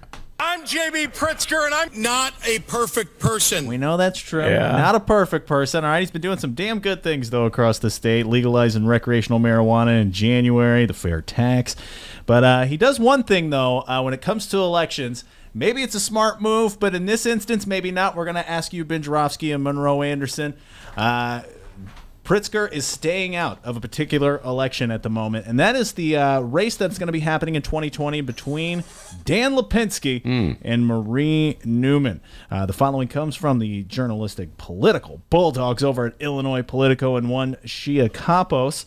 It says here the Illinois congressman talking about Lipinski's here. Firm position against abortion has already made him something of a pariah within the Democratic Party and turned its liberal wing against Lipinski so hard that Democratic Congressional Campaign Committee Chair Sherry Bustos backed out of a fundraiser for him this month. While Lipinski regularly finds critics and primary challengers to his left, his abortion stance hasn't necessarily hurt him in a seat he's held on to since 2005. And this is where Pritzker comes in. Pritzker was asked about the election, and Pritzker said, quote, I'm not going to weigh in on Lipinski's 3rd congressional district race, saying it's a federal office and I'm focused on having a state government that's working. Well, while that is maybe a true statement there from Pritzker, we have to ask you, should J.B. Pritzker stay out of the race between Dan Lipinski and Marie Newman? Ben Joravsky.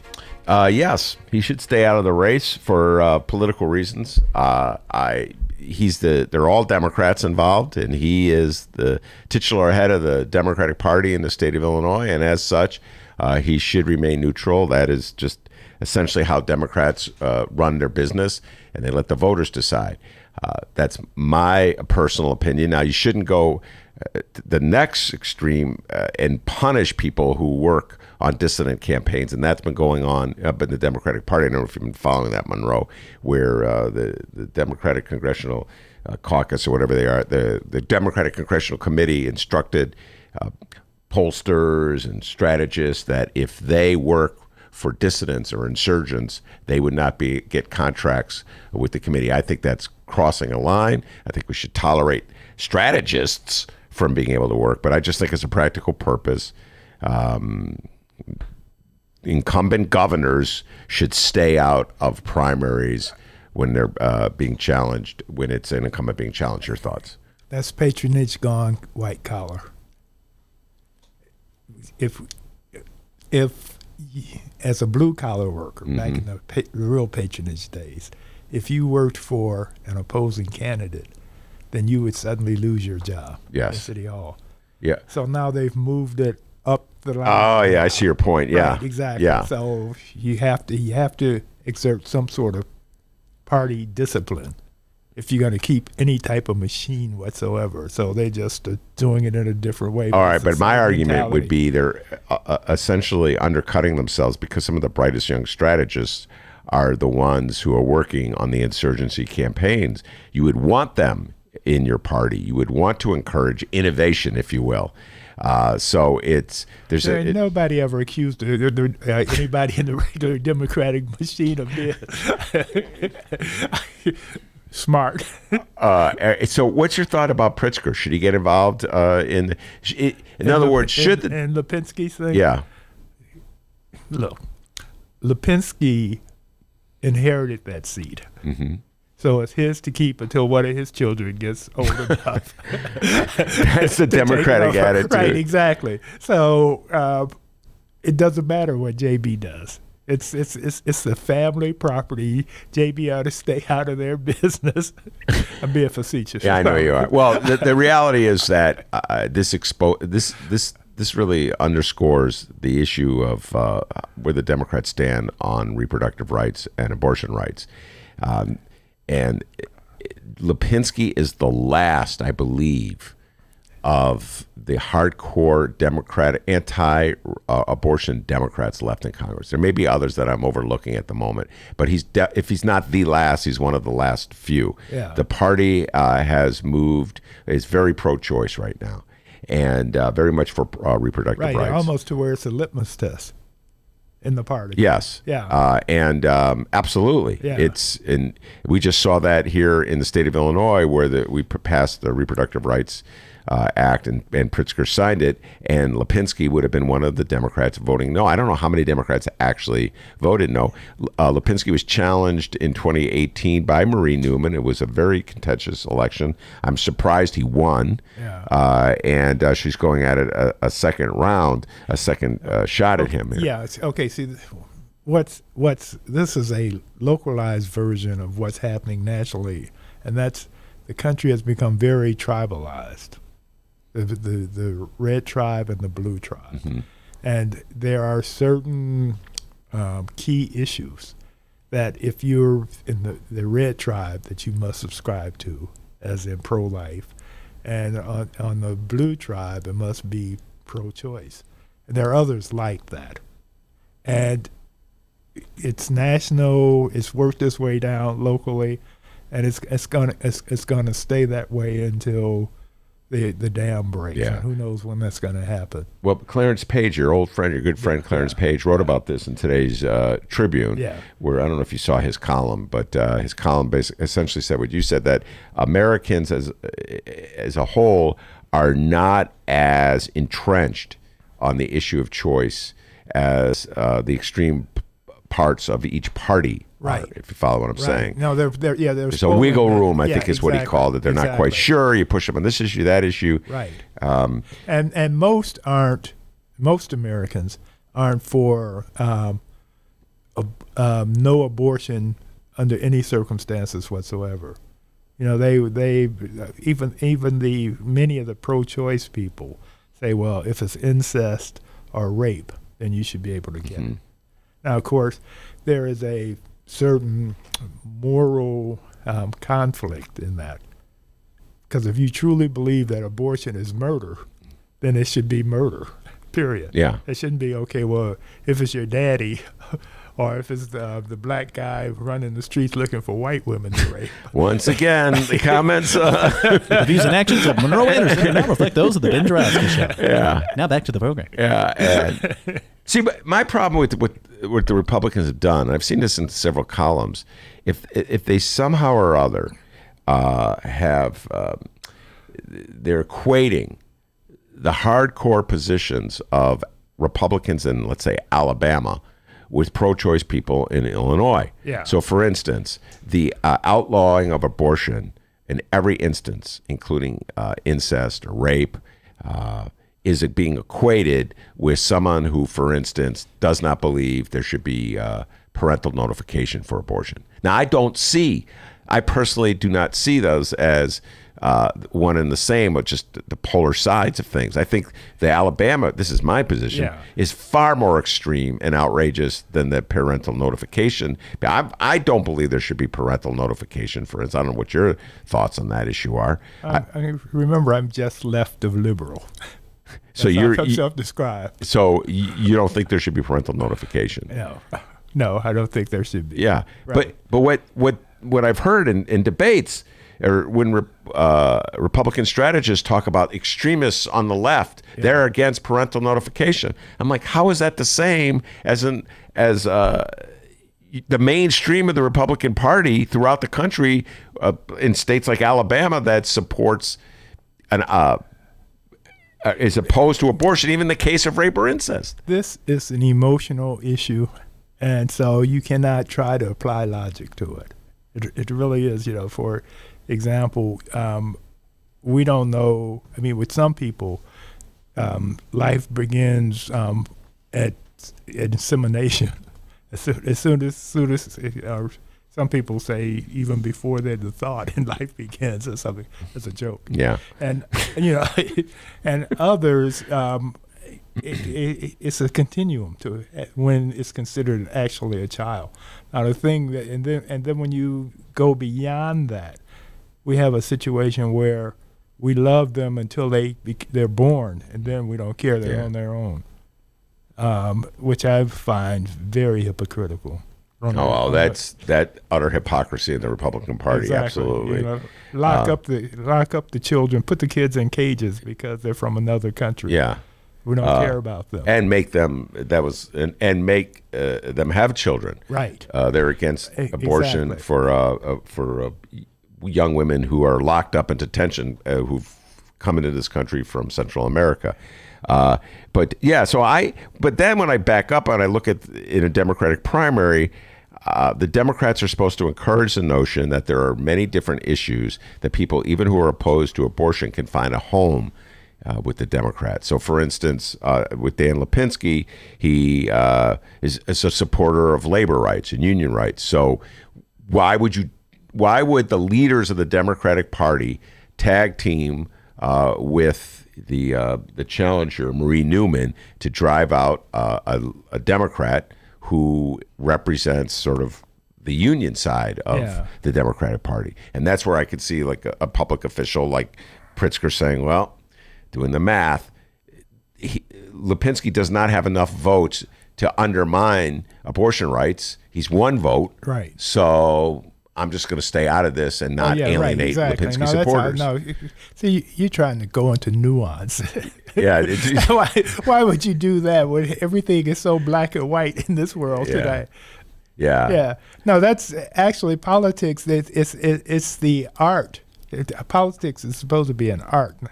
It's definitely not a science. Yeah. And so you have one position, I have another. We discuss it, we debate it, and then we meet somewhere in the middle. That's how it should work. But that's not how it's working in general today.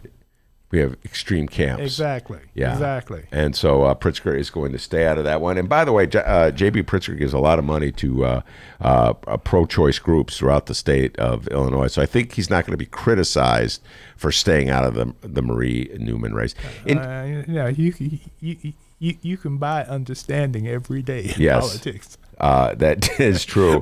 That may be his most effective trait as governor, that he has a lot of money to buy a lot of things. All right, let's go back to Patrick Shanahan is the man's name, and I will now read to you from today's paper. He is President Trump's.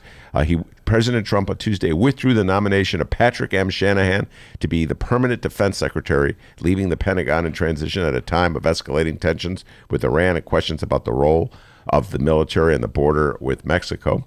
I would gather that Paula White, the spiritual advisor to President Trump, would say that is an unfair assessment by the New York Times.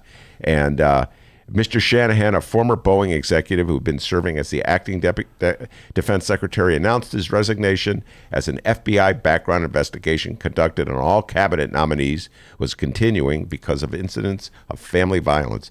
Mr. Shanahan's ex-wife had accused him of punching her in the stomach, which Mr. Shanahan had denied. He said his ex-wife started the fight, and his spokesman said she was arrested and charged with domestic violence.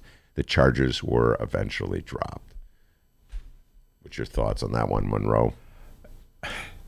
Trump has there's a string of Trump people that have been accused of beating their wives. The guy in the White House, I'm trying to remember his name. Oh, he stepped down, and we talk about he stepped down because of that. Was that Trump had one guy who was supposed to be appointed to a position, to be named in a cabinet position, and he had been accused of beating his wife, and then he denied it and she denied it. But then there was this tape from the Oprah show where she was on there talking about in disguise, talking about how he beat the living. Yes, I remember that. Her. Yeah. I mean, so the thing is, Trump vets his cabinet members the way he vets his political his foreign leaders. Mm-hmm. He doesn't, if they compliment him, if they talk nice to him, then they're fine with him. And so he puts up with this. Yes. Yes. And this one is such an outrageous case with the 17-year-old son who took a baseball bat to his mother. He literally cracked her skull. She had a concussion. He left her laying in a pool of blood on the floor.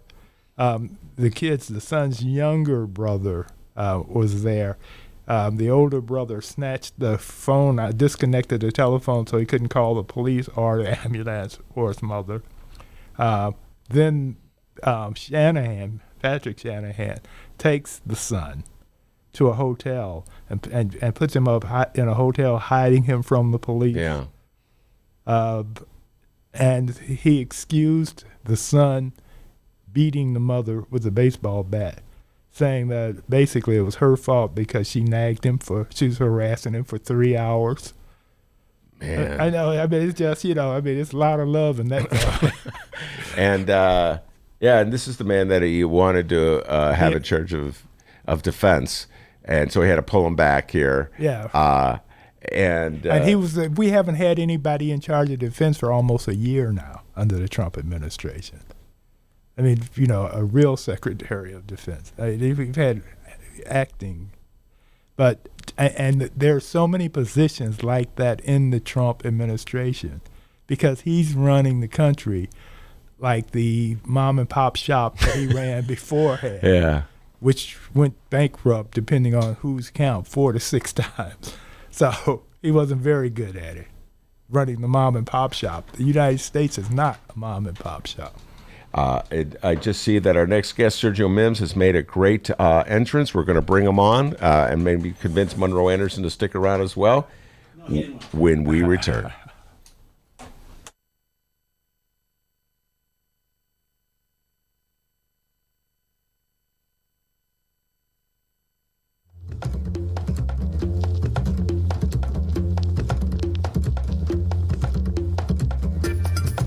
Hey there, producer Dennis here.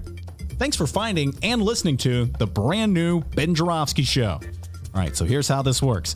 The Ben Joravsky Show live streams on the Chicago Sun-Times YouTube channel Tuesday through Friday, 1 until 3 p.m. Once the show is over, you can listen to the replay on our YouTube channel, or we throw it online for you to download by 4 p.m. Where can you download the Ben Joravsky Show, you may be asking yourself? Well, you may be asking yourself a fantastic question. You can find previous Ben Joravsky shows and guest interviews through several outlets. The Chicago Sun-Times Online, chicago.suntimes.com, the Chicago Reader Online, chicagoreader.com, and wherever else you listen to your favorite podcasts. Apple Podcasts, Google Play, pick one. Just search for The Ben Joravsky Show, JORAVSKY. V as in victory, S-K-Y. So, let's recap. Tuesday through Friday, 1 until 3 p.m., live streamed on the Chicago Sun-Times YouTube channel and downloadable by 4 at chicago.suntimes.com, chicagoreader.com, and wherever else you listen to your favorite podcast. Yes, the Ben Joravsky Show is back. We're live and downloaded. Tell your friends and enjoy the rest of the show.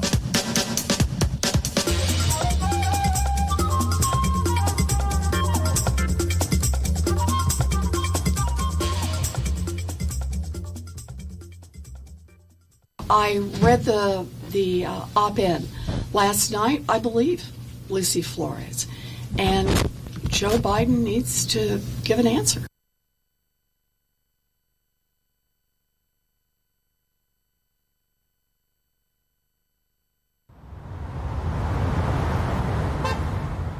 Today's Ben Joravsky Show was brought to you in part by Chicago Architecture Center. Discover the breadth and majesty of Chicago's architecture on a Chicago Architecture Center bus tour. From bungalows to Bauhaus, our expert docents will share the fascinating stories behind our city's architecture. Book your tour at architecture.org/tours. Now, if you'll excuse me, I'm actually on a bus tour right now.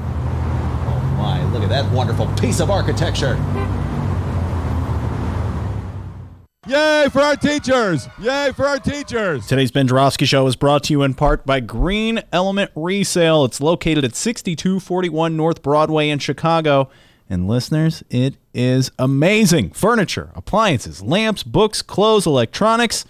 It's a thrift shop, but it's the only thrift shop in Chicago that helps bring you the Ben Joravsky Show. So if you're ever on Broadway between Granville and Devon, stop on into Green Element Resale and tell them, hey, thank you. It's Green Element Resale, 6241 North Broadway. Find more information at greenelementresale.com. It's Green Element Resale. Go there, buy some things, and more than likely, you will save tons of money. Welcome back to the Ben Joravsky Show, live from the Chicago Sun-Times. Yes, indeed. We are live from the Chicago Sun-Times. Sergio Mims, co-founder of the Black Harvest Film Festival, has joined us. He's an old friend of Monroe Anderson. So Monroe is... I don't know if he will in some way, but... Well, actually, I'm his hero. Oh, is that how it works? It goes beyond friendship. He worships you. I have just trained him not to genuflect every time he sees me. And he's been well trained. He didn't genuflect at all when he came in. I'm so proud of him. All right. The Black Harvest Film Festival is, in my humble opinion, the finest film festival in the city of Chicago. And Sergio just gave me this bookmark that says the Black Harvest Film Festival turns 25 years old this August 2019. Happy birthday, Black Harvest Film Festival. So you got some nice new announcement for us, Sergio, about the Black Harvest Film Festival? Well, which I can is just make around an the announcement corner. about some movies that we got.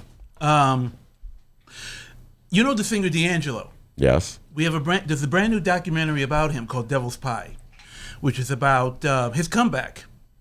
His career and his comeback, and we're showing that. We're showing a controversial new movie called Jezebel, which premiered at the South by Southwest Film Festival. It's about a young black woman from in this family. The mother dies, and she has to make a living somehow, somewhere. And her older sister, who works as a sex phone operator, finds out that there is a position open for models for a fetish webcam site. So this young woman, whose name is Tiffany, who goes by the name Jezebel, starts working at this place. And here's the thing. She likes doing it, and it makes her life better. This is not your typical movie. And the actress who is playing the lead is a young actress by the name of Tiffany Tennille, who's a Chicagoan. And she just won Best Actress at the Black American Film Black American Film Festival in Miami last week. So we're showing that. We have a new movie about the history of Blue Note Records they call it Shring. Oh yeah, I read about this. Yeah. Produced by Wim Wenders, the director. We have a controversial film, also a documentary called The blood is on the streets. Do you recall a few years ago this incident in Milwaukee in which a policeman shot a young black man who was schizophrenic 12 times, claiming he was under threat? This movie's about that whole incident. It's an excellent movie. Has a major distributor. We got another major film called Premature, which premiered at Sundance. We're showing that. There are a few movies that we're still working on. Even though the deadline was last Friday, still a couple more movies we're trying to get. And also, we're still showing Crooklyn. Spike Lee is not coming, but... Wait. Had you announced? So that's your old movie that you're showing. Right, the 25th anniversary. Okay. Yeah. Now, the reason why we're not showing Do the Right Thing. Do the Right Thing is 30 years old. Crooklyn's 25 years old. The reason we're not showing Do the Right Thing is because next month Universal is re-releasing it in a brand new restoration. It's going to play at the Music Box Theater. Number 2, it comes out, a brand new restored DVD is coming on Criterion. Number 3, Spike Lee's playing a whole big thing in New York for the movie. For Do the Right Thing. For Do the Right Thing. But his little baby, Crooklyn, which is 25 years old, and we're 25 years old, it's perfect. Yeah. We are working on getting a major name. I cannot tell you who. I can't, because just before I came here, I was talking to this person's publicist. So I can't reveal it. That's my favorite part of the Sergio Mims interview. Yeah. No, not my favorite part is when you say the views and opinions on this show. He already did that 3 times for Monroe. Hey, you're stealing my act. Well, say something dirty and we'll not do it. Yeah, by the way, you're allowed to swear. It is a podcast. Except my stuff is good. Wow. Well, all right. Now, wait.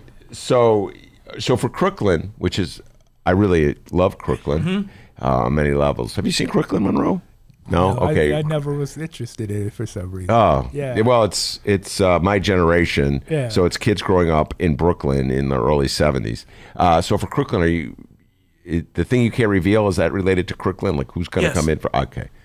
All right. You can't really. See, the way it works, folks, is that the old movie that they play at Black Carpet. Oh, most of the movies are new, contemporary movies, right. And documentaries. over the last few years, we've been doing anniversary film. Anniversary films. What is it, 20th or 25th anniversary, something of that. Yeah, and the director comes in to talk about his or her film. Right. Or the stars come in to talk about his or her film. Right. And then it's interesting to see, for me, that like the next generation down for me, having these moments of nostalgia.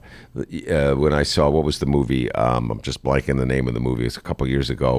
Love Jones? Love Jones. Right. Women. I was overruled on that. I wanted to show Blade. Yeah, well, I would have. I would have been.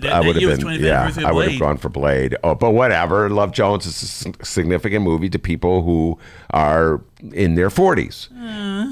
Yeah, I liked Love Jones better than Blade. Well, I'm a little surprised to hear that. No, because it's set in Chicago. Yeah, it is set in Chicago. And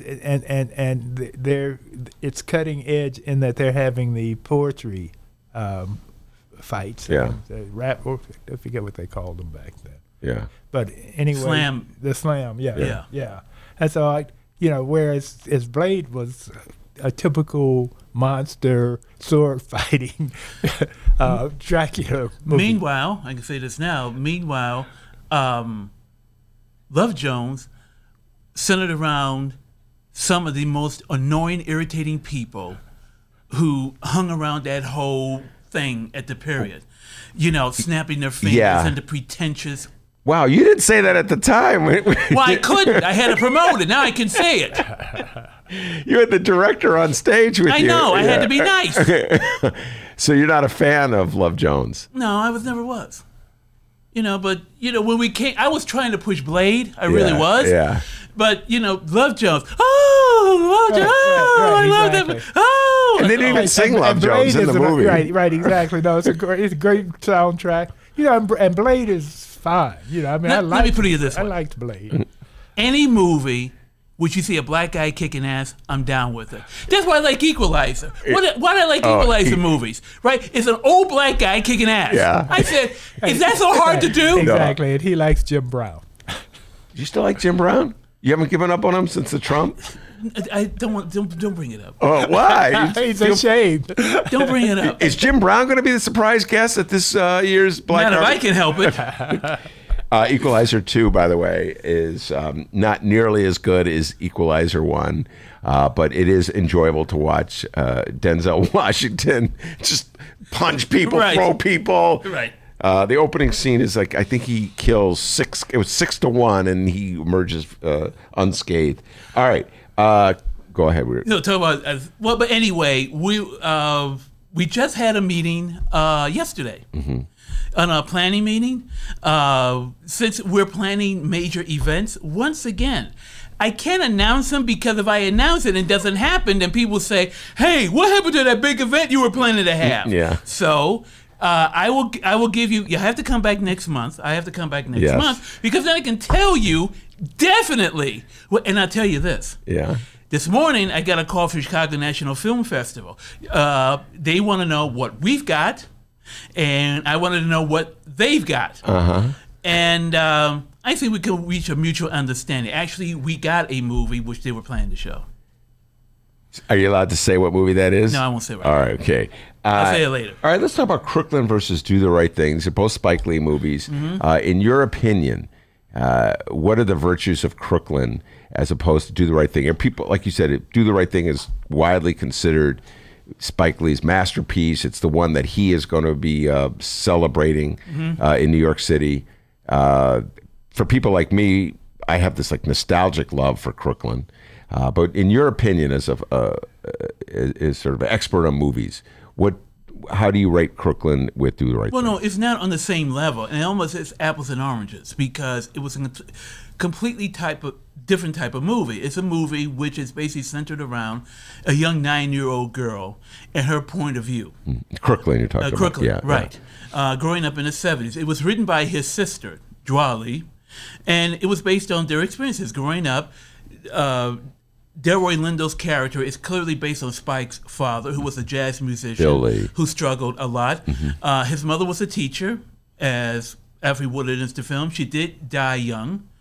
Time out. Spike Lee's mom did die young? Yes. Oh, I think when he was in first year of college, I see. I believe. Right. And so it's a very personal film for him and for his sister, right? Now, it was a movie that it took me a couple of times to take a look at it, to really get into it, because the first time I saw it when it came out, I was like, this is an odd picture. It goes into different tonal shifts, and I don't know exactly where to put this, right? And once again, it's from the perspective of a 9-year-old girl, so every experience you have, you see it in a different light. But it's grown over time, and it has a real following now. It's really grown over the years. As a matter of fact, it's coming on a Blu-ray next month for the first time. So I think it's perfect for us, and we'll put it this way. If we get who we can get, who we're planning to get, I think people would be very excited. All right, well, I'm excited anyway because I love Crooklyn, and I love that device he has, I think you're alluding to, where when he goes down, he's forced to, I don't want to give too much of the movie away, but if you haven't seen the movie, he goes to live with his family in the South, and they go to black and white. The daughter, the girl. Yeah. No, right. Yeah. She's forced to go live with the family in the South, and the way they change, go to black and white as opposed to color. Well, no, they didn't go to black and white. What he did was that he shot the film anamorphic, but then you remove the lens, so everything looks squeezed. Yeah, it looks squeezed. So it's not black and white? It's funny how memory plays with you. I had black and white, but go ahead. Yeah, here's a very good description of what's going on. Yeah, here. everything looks distorted. It's like she's in a different world. Yeah. She's out from Brooklyn, and now she's in this environment she doesn't know anything about. And so if you're a kid, it does look weird. Now, you can argue that his technique of making it look weird may be forced. Maybe there's another way he can do it, and maybe you can say if he remade it today, he probably would have done it differently. Yeah. But no, I'm very happy that we're going to show this picture. And Do the Right Thing. When you look back 30 years later, what's your thoughts on Do the Right Thing? Boy, it still holds up, doesn't it? The more things change, the more they stay the same. Yes, and Isn't it amazing? Yeah. And I'm a serious Ossie Davis fan. Yeah. When I was back in 1970, when I was first starting out in the business, I was working for the National Observer, and I went to New York to interview him. I had my tape recorder in hand, and I interviewed him for an hour. It was a really great interview. I checked my tape recorder. Oh, no. Blank. Nothing. Yeah. On it. And he redid the interview. He just, I was really freaked out and what have you. And he said, don't worry about it. And we did another hour of the interview over again, which was just so cool because, he was a major star back then. Yeah. And he's a pivotal part of Do the Right Thing. But so I'm excited that Crooklyn is coming. And as much as I love Do the Right Thing, I think as a personal favorite, I like Crooklyn. Okay. I think Do the Right Thing is obviously a more powerful movie, more iconic movie, more influential movie, all those things. But just as a personal level, I love Crooklyn. We're going to take a break. We're going to come back with Sergio Monroe, talk a little local politics. Sergio Mims loves talking local politics. We'll be right back after this.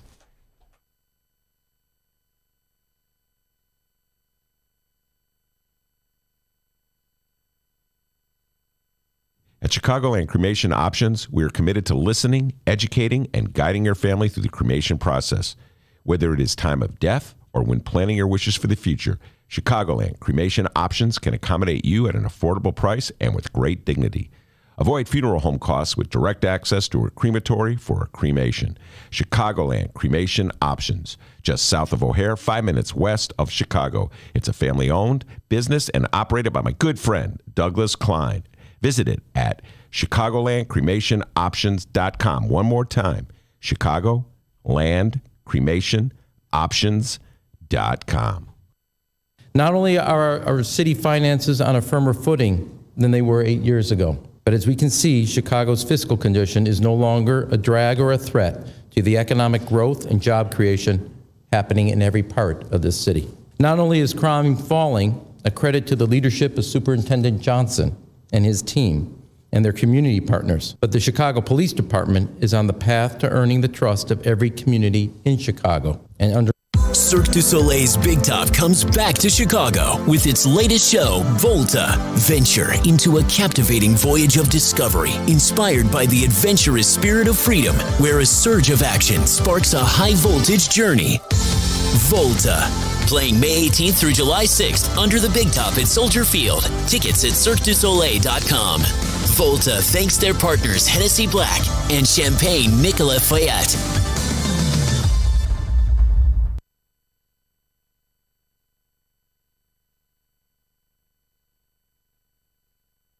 Hey, everybody. What you're about to hear are the piano stylings of Jeff Manuel. Man, listen to Jeff go. Jeff Manuel has been playing piano around Chicago for years.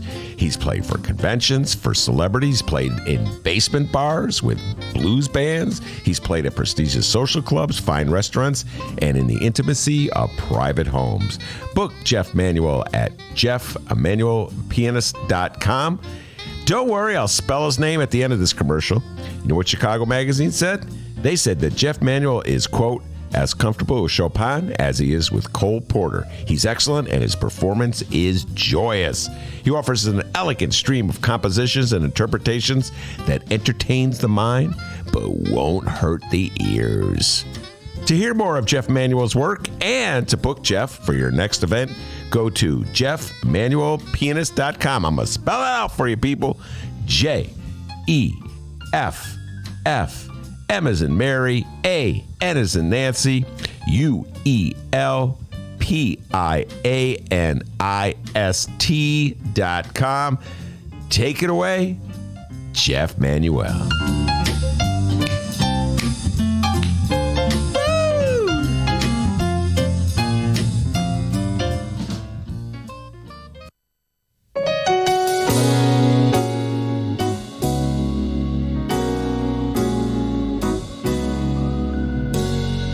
Welcome back to the Ben Joravsky Show. Mr. Joravsky, take us home on that extended weekend. It's an extended weekend. That super cool music means the end of a super cool show. It's not over yet. And by the way, the man on the piano, none other than Sergio Mims. Good job. Oh, see? Man of many talents. Master of none. Not only does he run a great film festival, the Black Harvest Film Festival, which turned 25 this year. By the way, I didn't give the basics. Gene Siskel Theater, that's right across the street from the Chicago Theater on State Street. It'll be from August 3rd to the 29th. August 3rd to the 29th. And Crooklyn, can't wait for Crooklyn. Oh, please, please don't be when I'm out of town. Do you know the date yet? Do you know the date? It's probably, most likely be the last day. Oh, good. I'll be in town for that one. All right, do you got an update before I... Absolutely. Here, we got some updates here. Today's Ben Joravsky Show, first off, brought to you by that weird voice of Donald Trump Jr. If government failed you, maybe you're the problem, Joe Biden.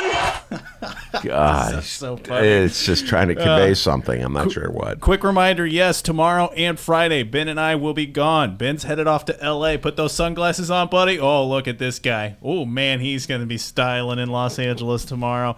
He's headed off to L.A. In the meantime, do not worry because we will have bonus interviews for you to download on Thursday and Friday. You'll find out who those interviews are when it becomes available. On Saturday and Monday, we'll have bonus interviews as well for the weekend to hold you over until we get back. Ben, we're going to be broadcasting back on Tuesday, right? That is correct. So streaming live Tuesday at 1 o'clock. Streaming live. So back to the regular schedule on Tuesday. Okay, this story broke as we were doing the show today.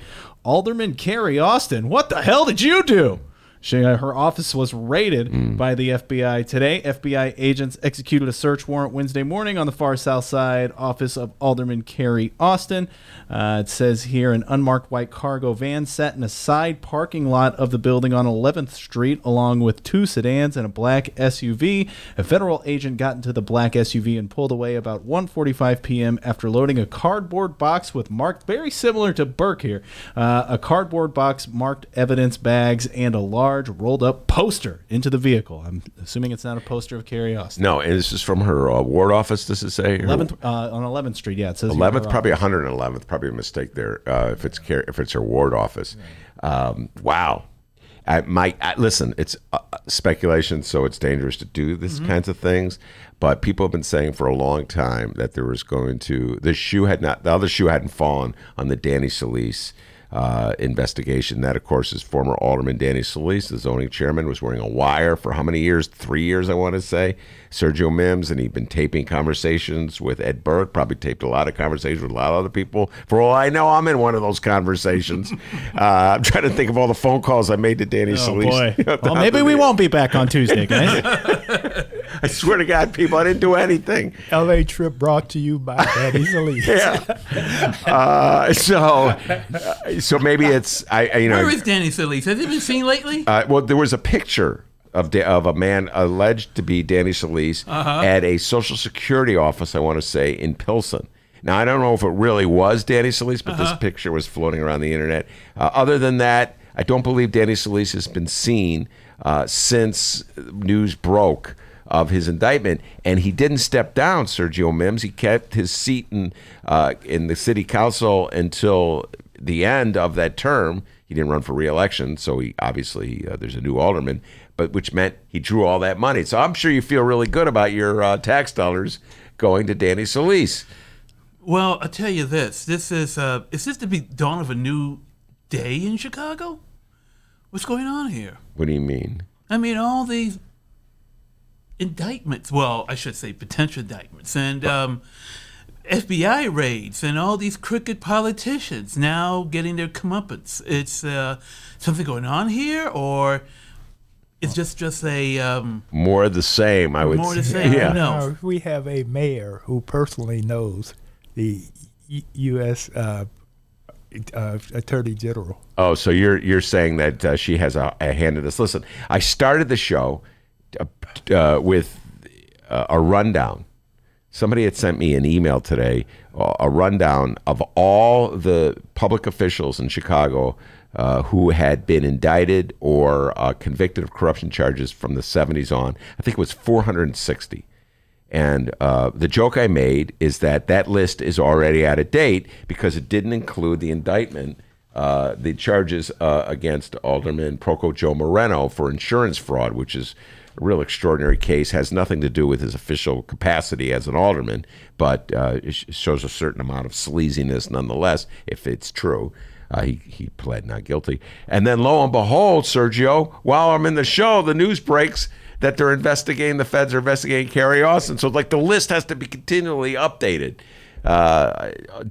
It's pretty remarkable. Do you have any theory? You've lived here your whole life. Any theory why Chicago is so corrupt? Oh, gosh. You need to go back to the history of Chicago, period. Chicago's always been a city on the make. In more ways than one. It's part of the city's DNA. The culture of the city. It is the culture of the city. You know what they used to say about politicians in Louisiana? He served 2 terms, one in office and one in prison.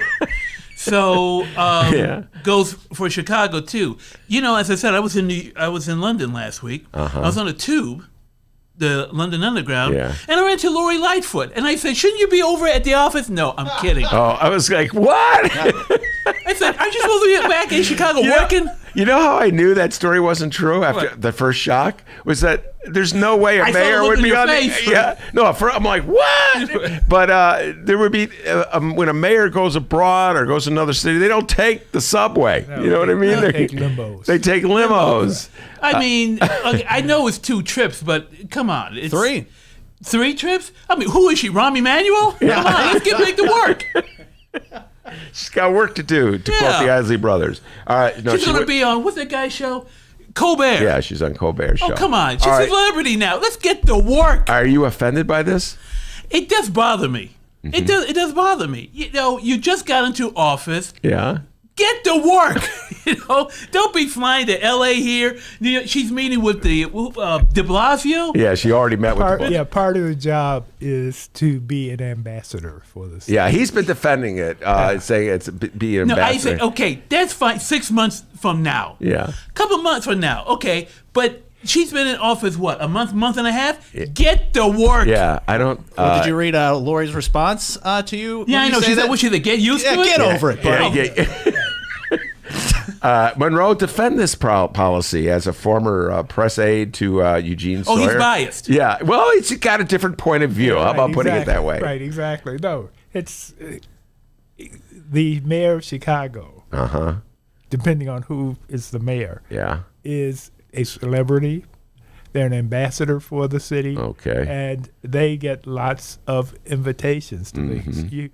Lori couldn't go to all the places she was invited to if she wanted to. Well, it doesn't mean she should go to any of them. She doesn't need to. She doesn't have to be physically here. When I was Sawyer's press secretary. Okay. Yeah. Here we go. One of the first trips we did was to San Juan, Puerto Rico. And was it what time of year was that? This was in February. Oh, okay. Yeah, right. I know there's a lot of February. Yeah, maybe March. I forget. Oh yeah. No, Exactly. If we continue the story long enough, it'll be July. But go ahead. But because the Puerto Rican community here in Chicago wanted our mayor to meet the San Juan mayor. So you had to go. So we had to go. I see. We went over there, and we had a nice conversation. All right, my question is, why did you have to go? Because I was the press secretary. That's funny. I needed to know what was going on. Yeah, sure you so did. I could talk to you guys. Wait, did the press get to go? Did the press actually in those days go to Puerto Rico? Not to. Were they with us? I was just going to say a different day and age of the press. There was money in the press in those days. No, they didn't go to San Juan because it was also a planning meeting. What were they planning? Who was going to get fired on the Evans forces? I see. You had to go to Puerto Rico to do that. You could just go to some restaurant in the Loop. No, that was one of the nice things about the job. I mean, the mayor the mayor went a lot of places. We went to Sweden when the Bears had their exhibition game. Okay, now please explain. The Bears are playing an exhibition game in Sweden. Yes, all right. Chicago. So I understand the Bears, Chicago Bears, the football team. Yeah, okay. Chicago Bears. So gotta be an ambassador. Yeah. And we went over there because we were going to become a sister city. And that required the mayor to go. You couldn't just send a telegram. No, you have to find out what they're doing. Plus, we went to a dinner there for the king. With the king. The queen of Sweden. There's a reason behind these relationships. Yeah, right. I'm just asking this. I know it's the statute of limitation has expired. So you're talking about Eugene Sawyer as mayor of the city of Chicago. We're talking about something that happened in 88 here. Yes, so 88. Exactly. 88. So was it taxpayers' dollars that went to finance your ticket, or did you pay for your own ticket out of your own? I think it was a combination. No, seriously, because I don't know. I didn't ask if they of course they not. told me to go. I didn't go. How are we paying for this? I knew I wasn't paying for it. And how much of the taxpayers' money did you lose Some in of the it was casinos? campaign. Yeah. Some of it was campaign money too. I think. All right, and there was another. Speaking of casinos, as I recall, you were telling me the story earlier today. There was another junket that the Mayor Sawyer went on. Mayor Sawyer has moved on, so he's not around to answer these questions. So you, as his press secretary, Exactly. are still Exactly. getting these questions. There was another junket, as I recall, you were explaining to me to Atlantic City. Do I have that one correct? Yes. And yes. what was the purpose of that junket? Well, it was the Tyson.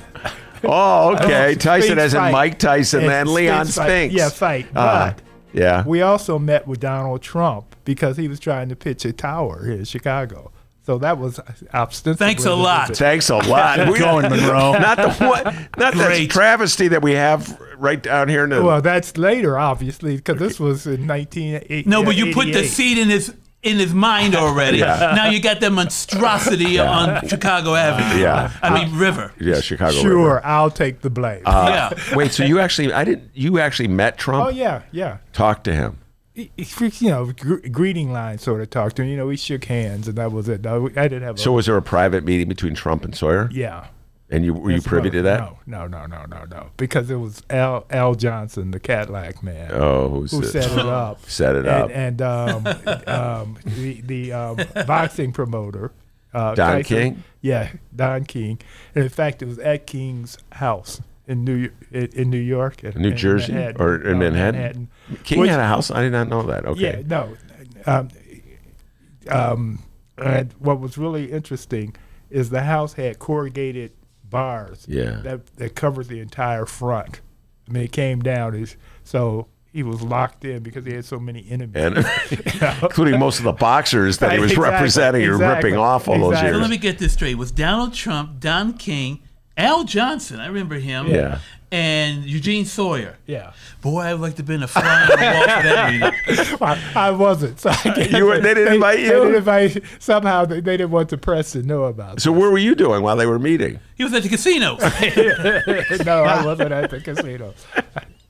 I don't remember what I was doing. It was nothing. It was 30 years ago. Exactly. Right. Exactly. Well, whatever I was doing, it wasn't that interesting. And so, what was the stated reason that it was important for Eugene Sawyer to go to New Jersey to see Tyson fight Spinks? No, it was to meet with Donald Trump. I see. About a possible. And there happened to be a fight there, a heavyweight fight there. Yeah, who knew it was going to rub? Stuff happens. No collusion. No collusion. This underscores my point that there's no reason any mayor has to leave the city of Chicago. I do not believe that a great public service is served by having a mayor leave the city of Chicago. I never bought the line. Like, for instance, to go to New York, they have to meet with. That's a benny of the job.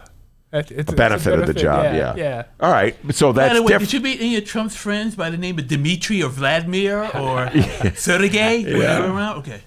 Yeah, that was. No, they were just coming on the scene because at that very minute, the casino allegedly was still making money. Yeah, but I do not begrudge. I said this yesterday. I do not begrudge a mayor for being a human being and wanting to travel and see the world. And I never gave Rahm a hard time, Sergio. All the time he took his family on all these vacations. But he always took the vacations when there was some controversy, he got in trouble, and like when he closed the schools. Yes. He conveniently all of a sudden decided to go on a ski trip. A very good memory, Oh, yeah. No, because the good thing about being away from the city when you have all these problems is you aren't bombarded by it.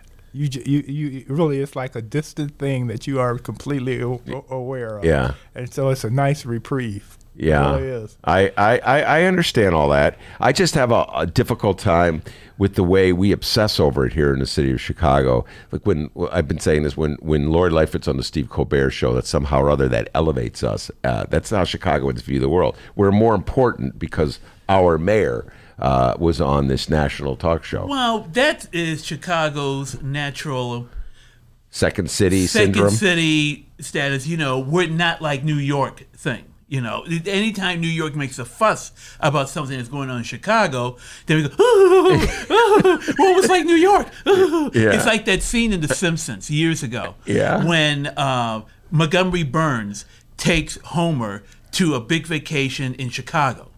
And they wine and dine him and everything. And when he's leaving, there's a crowd of people. He's like, thank you for coming to Chicago. By the time you're here, we felt like we were New York. Yeah. Yeah, Chicago has that second city mentality. But then on the other hand, they get mad.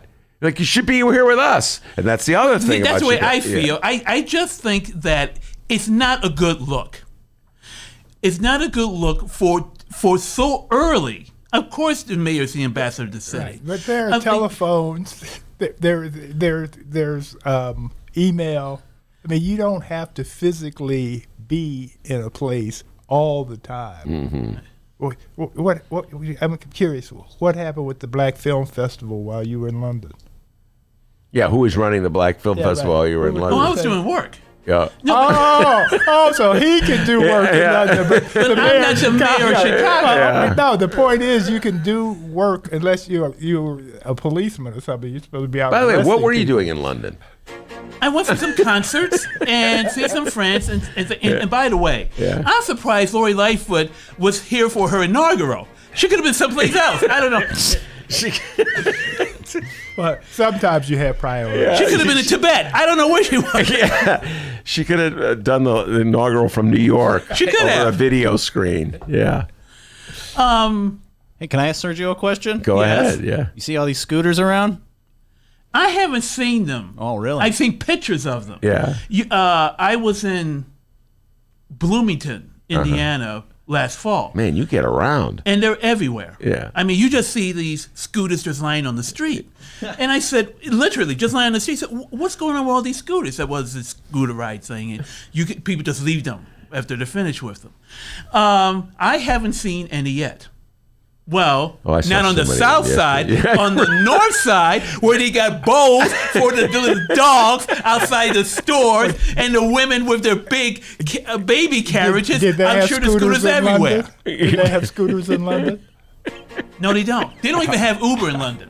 How about that? Yeah, I forgot, Sergio. It's been a while since we had the North Side, South Side debate. Yeah. With Sergio Mims. Not a big I know fan he's of the trying North to queue Side. up. But yeah. I know every time of the question. Right. Yeah. So I'm going to officially stop giving Lori Lightfoot a hard time, at least for the moment. As I'm heading out of town. I mean, nobody's going to begrudge me. I hope going out of town. Can I tell you something? What? Traveling is getting harder and harder. Right, it's work. Traffic is work, right. It's not fun. And I'm going to say it right now, getting out of O'Hare, I mean, once you're playing and getting out of O'Hare back home, my God, it took me over 2 hours just to get out of O'Hare. It's what is it? The security line? Security's line? It is waiting in line for everything. The fact that the train, that train in the airport that take you from one terminal to another, it's been shut down. It was shut down last year. I saw it be up and running. It's still shut down. It won't be operating, they say, until late this year, which means you have to take shuttle buses, which means more lines. Yeah. Oh, man. I was exhausted. Yeah, you've got me feeling nervous. The thing is that I very rarely leave town. I think I have a form of agoraphobia. Isn't that the one where you're afraid to leave your house? But I'm out in wide open spaces. Yeah, wide open spaces. But I'm going to make this bold move. But before I do, we're going to do a bonus segment with you, young man. So you're not allowed to go anywhere. And we're going to have a bonus segment coming in today. We've got 3 more on file. Is that correct, D? Yes, sir. So we're covered for most of the days that I'm gone. I'm going to miss doing the show, but I'll be right back Tuesday to do another live stream. One quick plug. That bonus show you did with Del Marie Cobb, I thought was great. I listened to it actually overseas. Yes. And she convinced me about a third airport. I'm glad you raised it. You should listen to that show. And I hope really I want to sing the praises of some of these bonus things. They sort of sometimes get lost in the shuffle. It's what I do is I sit down. You're going to experience one in about a little while, 101 or 102 with a newsmaker or somebody from Chicago, and we talk straight up issues. And you never know which way the conversation is going to go. And so Del Marie Cobb came in for that particular. By the way, before I go to Del Marie Cobb, the Henry Davis one I did. If you haven't heard it, I really urge you. I listened to that one too. Yeah, he is the gentleman who ran against Pete Buttigieg for mayor of South Bend. And we haven't talked about what's going on in South Bend, but similar situations with their police department and the black community of South Bend. As we have here in the city of Chicago. He's going to be speaking at Push. He's going to be speaking at Push. I do not know how he can speak to Push without these issues being raised by somebody at Push that's got to talk about this. I'm going to South Bend next week sometime. All right, well, a good friend of mine is from South Bend, lives in Montreal, and he's going to be there, so I'm going to go. Well, I urge everybody to check that one out. Henry Davis, who was a councilman, or what the equivalent of an alderman in South Bend, and ran against Buttigieg, talks about the racial issues in South Bend. But Del Marie Cobb came in. We were going to talk politics, straight up politics, and we went on a tangent. That was a tangent about the third airport. She was absolutely correct. Yeah. The people, the policymakers of the city of Chicago, have ignored the south suburbs and the south side for years and years and years. And this is a very obvious way in which they could encourage development there, yeah. I can remember when Del Marie Cobb was against the third airport. Wow, well, those days have changed. Yeah, no, back in the 90s, and Jesse Jr. was pushing it. Yeah. And she was saying, you don't use an airport as a jobs creator. Well, she's different. Del Marie, I should bring Del Marie on to defend herself. Now, wait a minute. Are you inferring that her opposition was more about Jesse Jr. than the airport? Either that or perhaps who she was being hired by at the time. Interesting. All right, Del Marie, we're going to bring you on with Monroe some Wednesday so you can defend yourself. I don't want to fight with Del Marie. She's a friend. She's a friend, and she's also quick on her feet, too. Yeah, right. Well, anyway, but check out the Del Marie Cobb interview. It's very interesting, and I do believe she has an overall point as an accurate one, and that is that the south suburbs and the south side of Chicago have been ignored when it comes to larger development deals. Yeah. And now they're talking about putting a casino there, perhaps. By the way, you should hear her on the subject of casinos. Yeah. She's got some powerful things to say about that as well. And I say put the airport in Gary. Hey, he's from Gary, Indiana. They talked about putting it. I know. All right, that's Monroe Anderson, Sergio Mims. Thank you very much. Sergio will be back in about a half an hour for a bonus material. Leah has left the room. She did an outstanding job. And of course, the man, the myth, the legend behind the board, the pride of joy of Alton, Illinois. You know what they say about him down in Alton, Sergio? They call him White Lightning. Yes, indeed, Dr. D. Enjoy your 2 days off. See you. I thought they say he's still on the run. Yeah. See you Tuesday, everybody. And remember, you can download previous Ben Joravsky shows at both Chicago Sun-Times and Chicago Reader websites, chicago.suntimes.com/Joravsky, chicagoreader.com, and wherever else you download your favorite podcast. Speaking of downloads, we do have some Benny J bonus interviews available for you to download starting tomorrow morning at 6 a.m. because we're taking a break. That's right. Thursday, Friday, we will be gone, but we will be back on Tuesday. Make sure to check out those downloadable interviews and find us on social media at Benny J Show. BENNY, the letter J Show.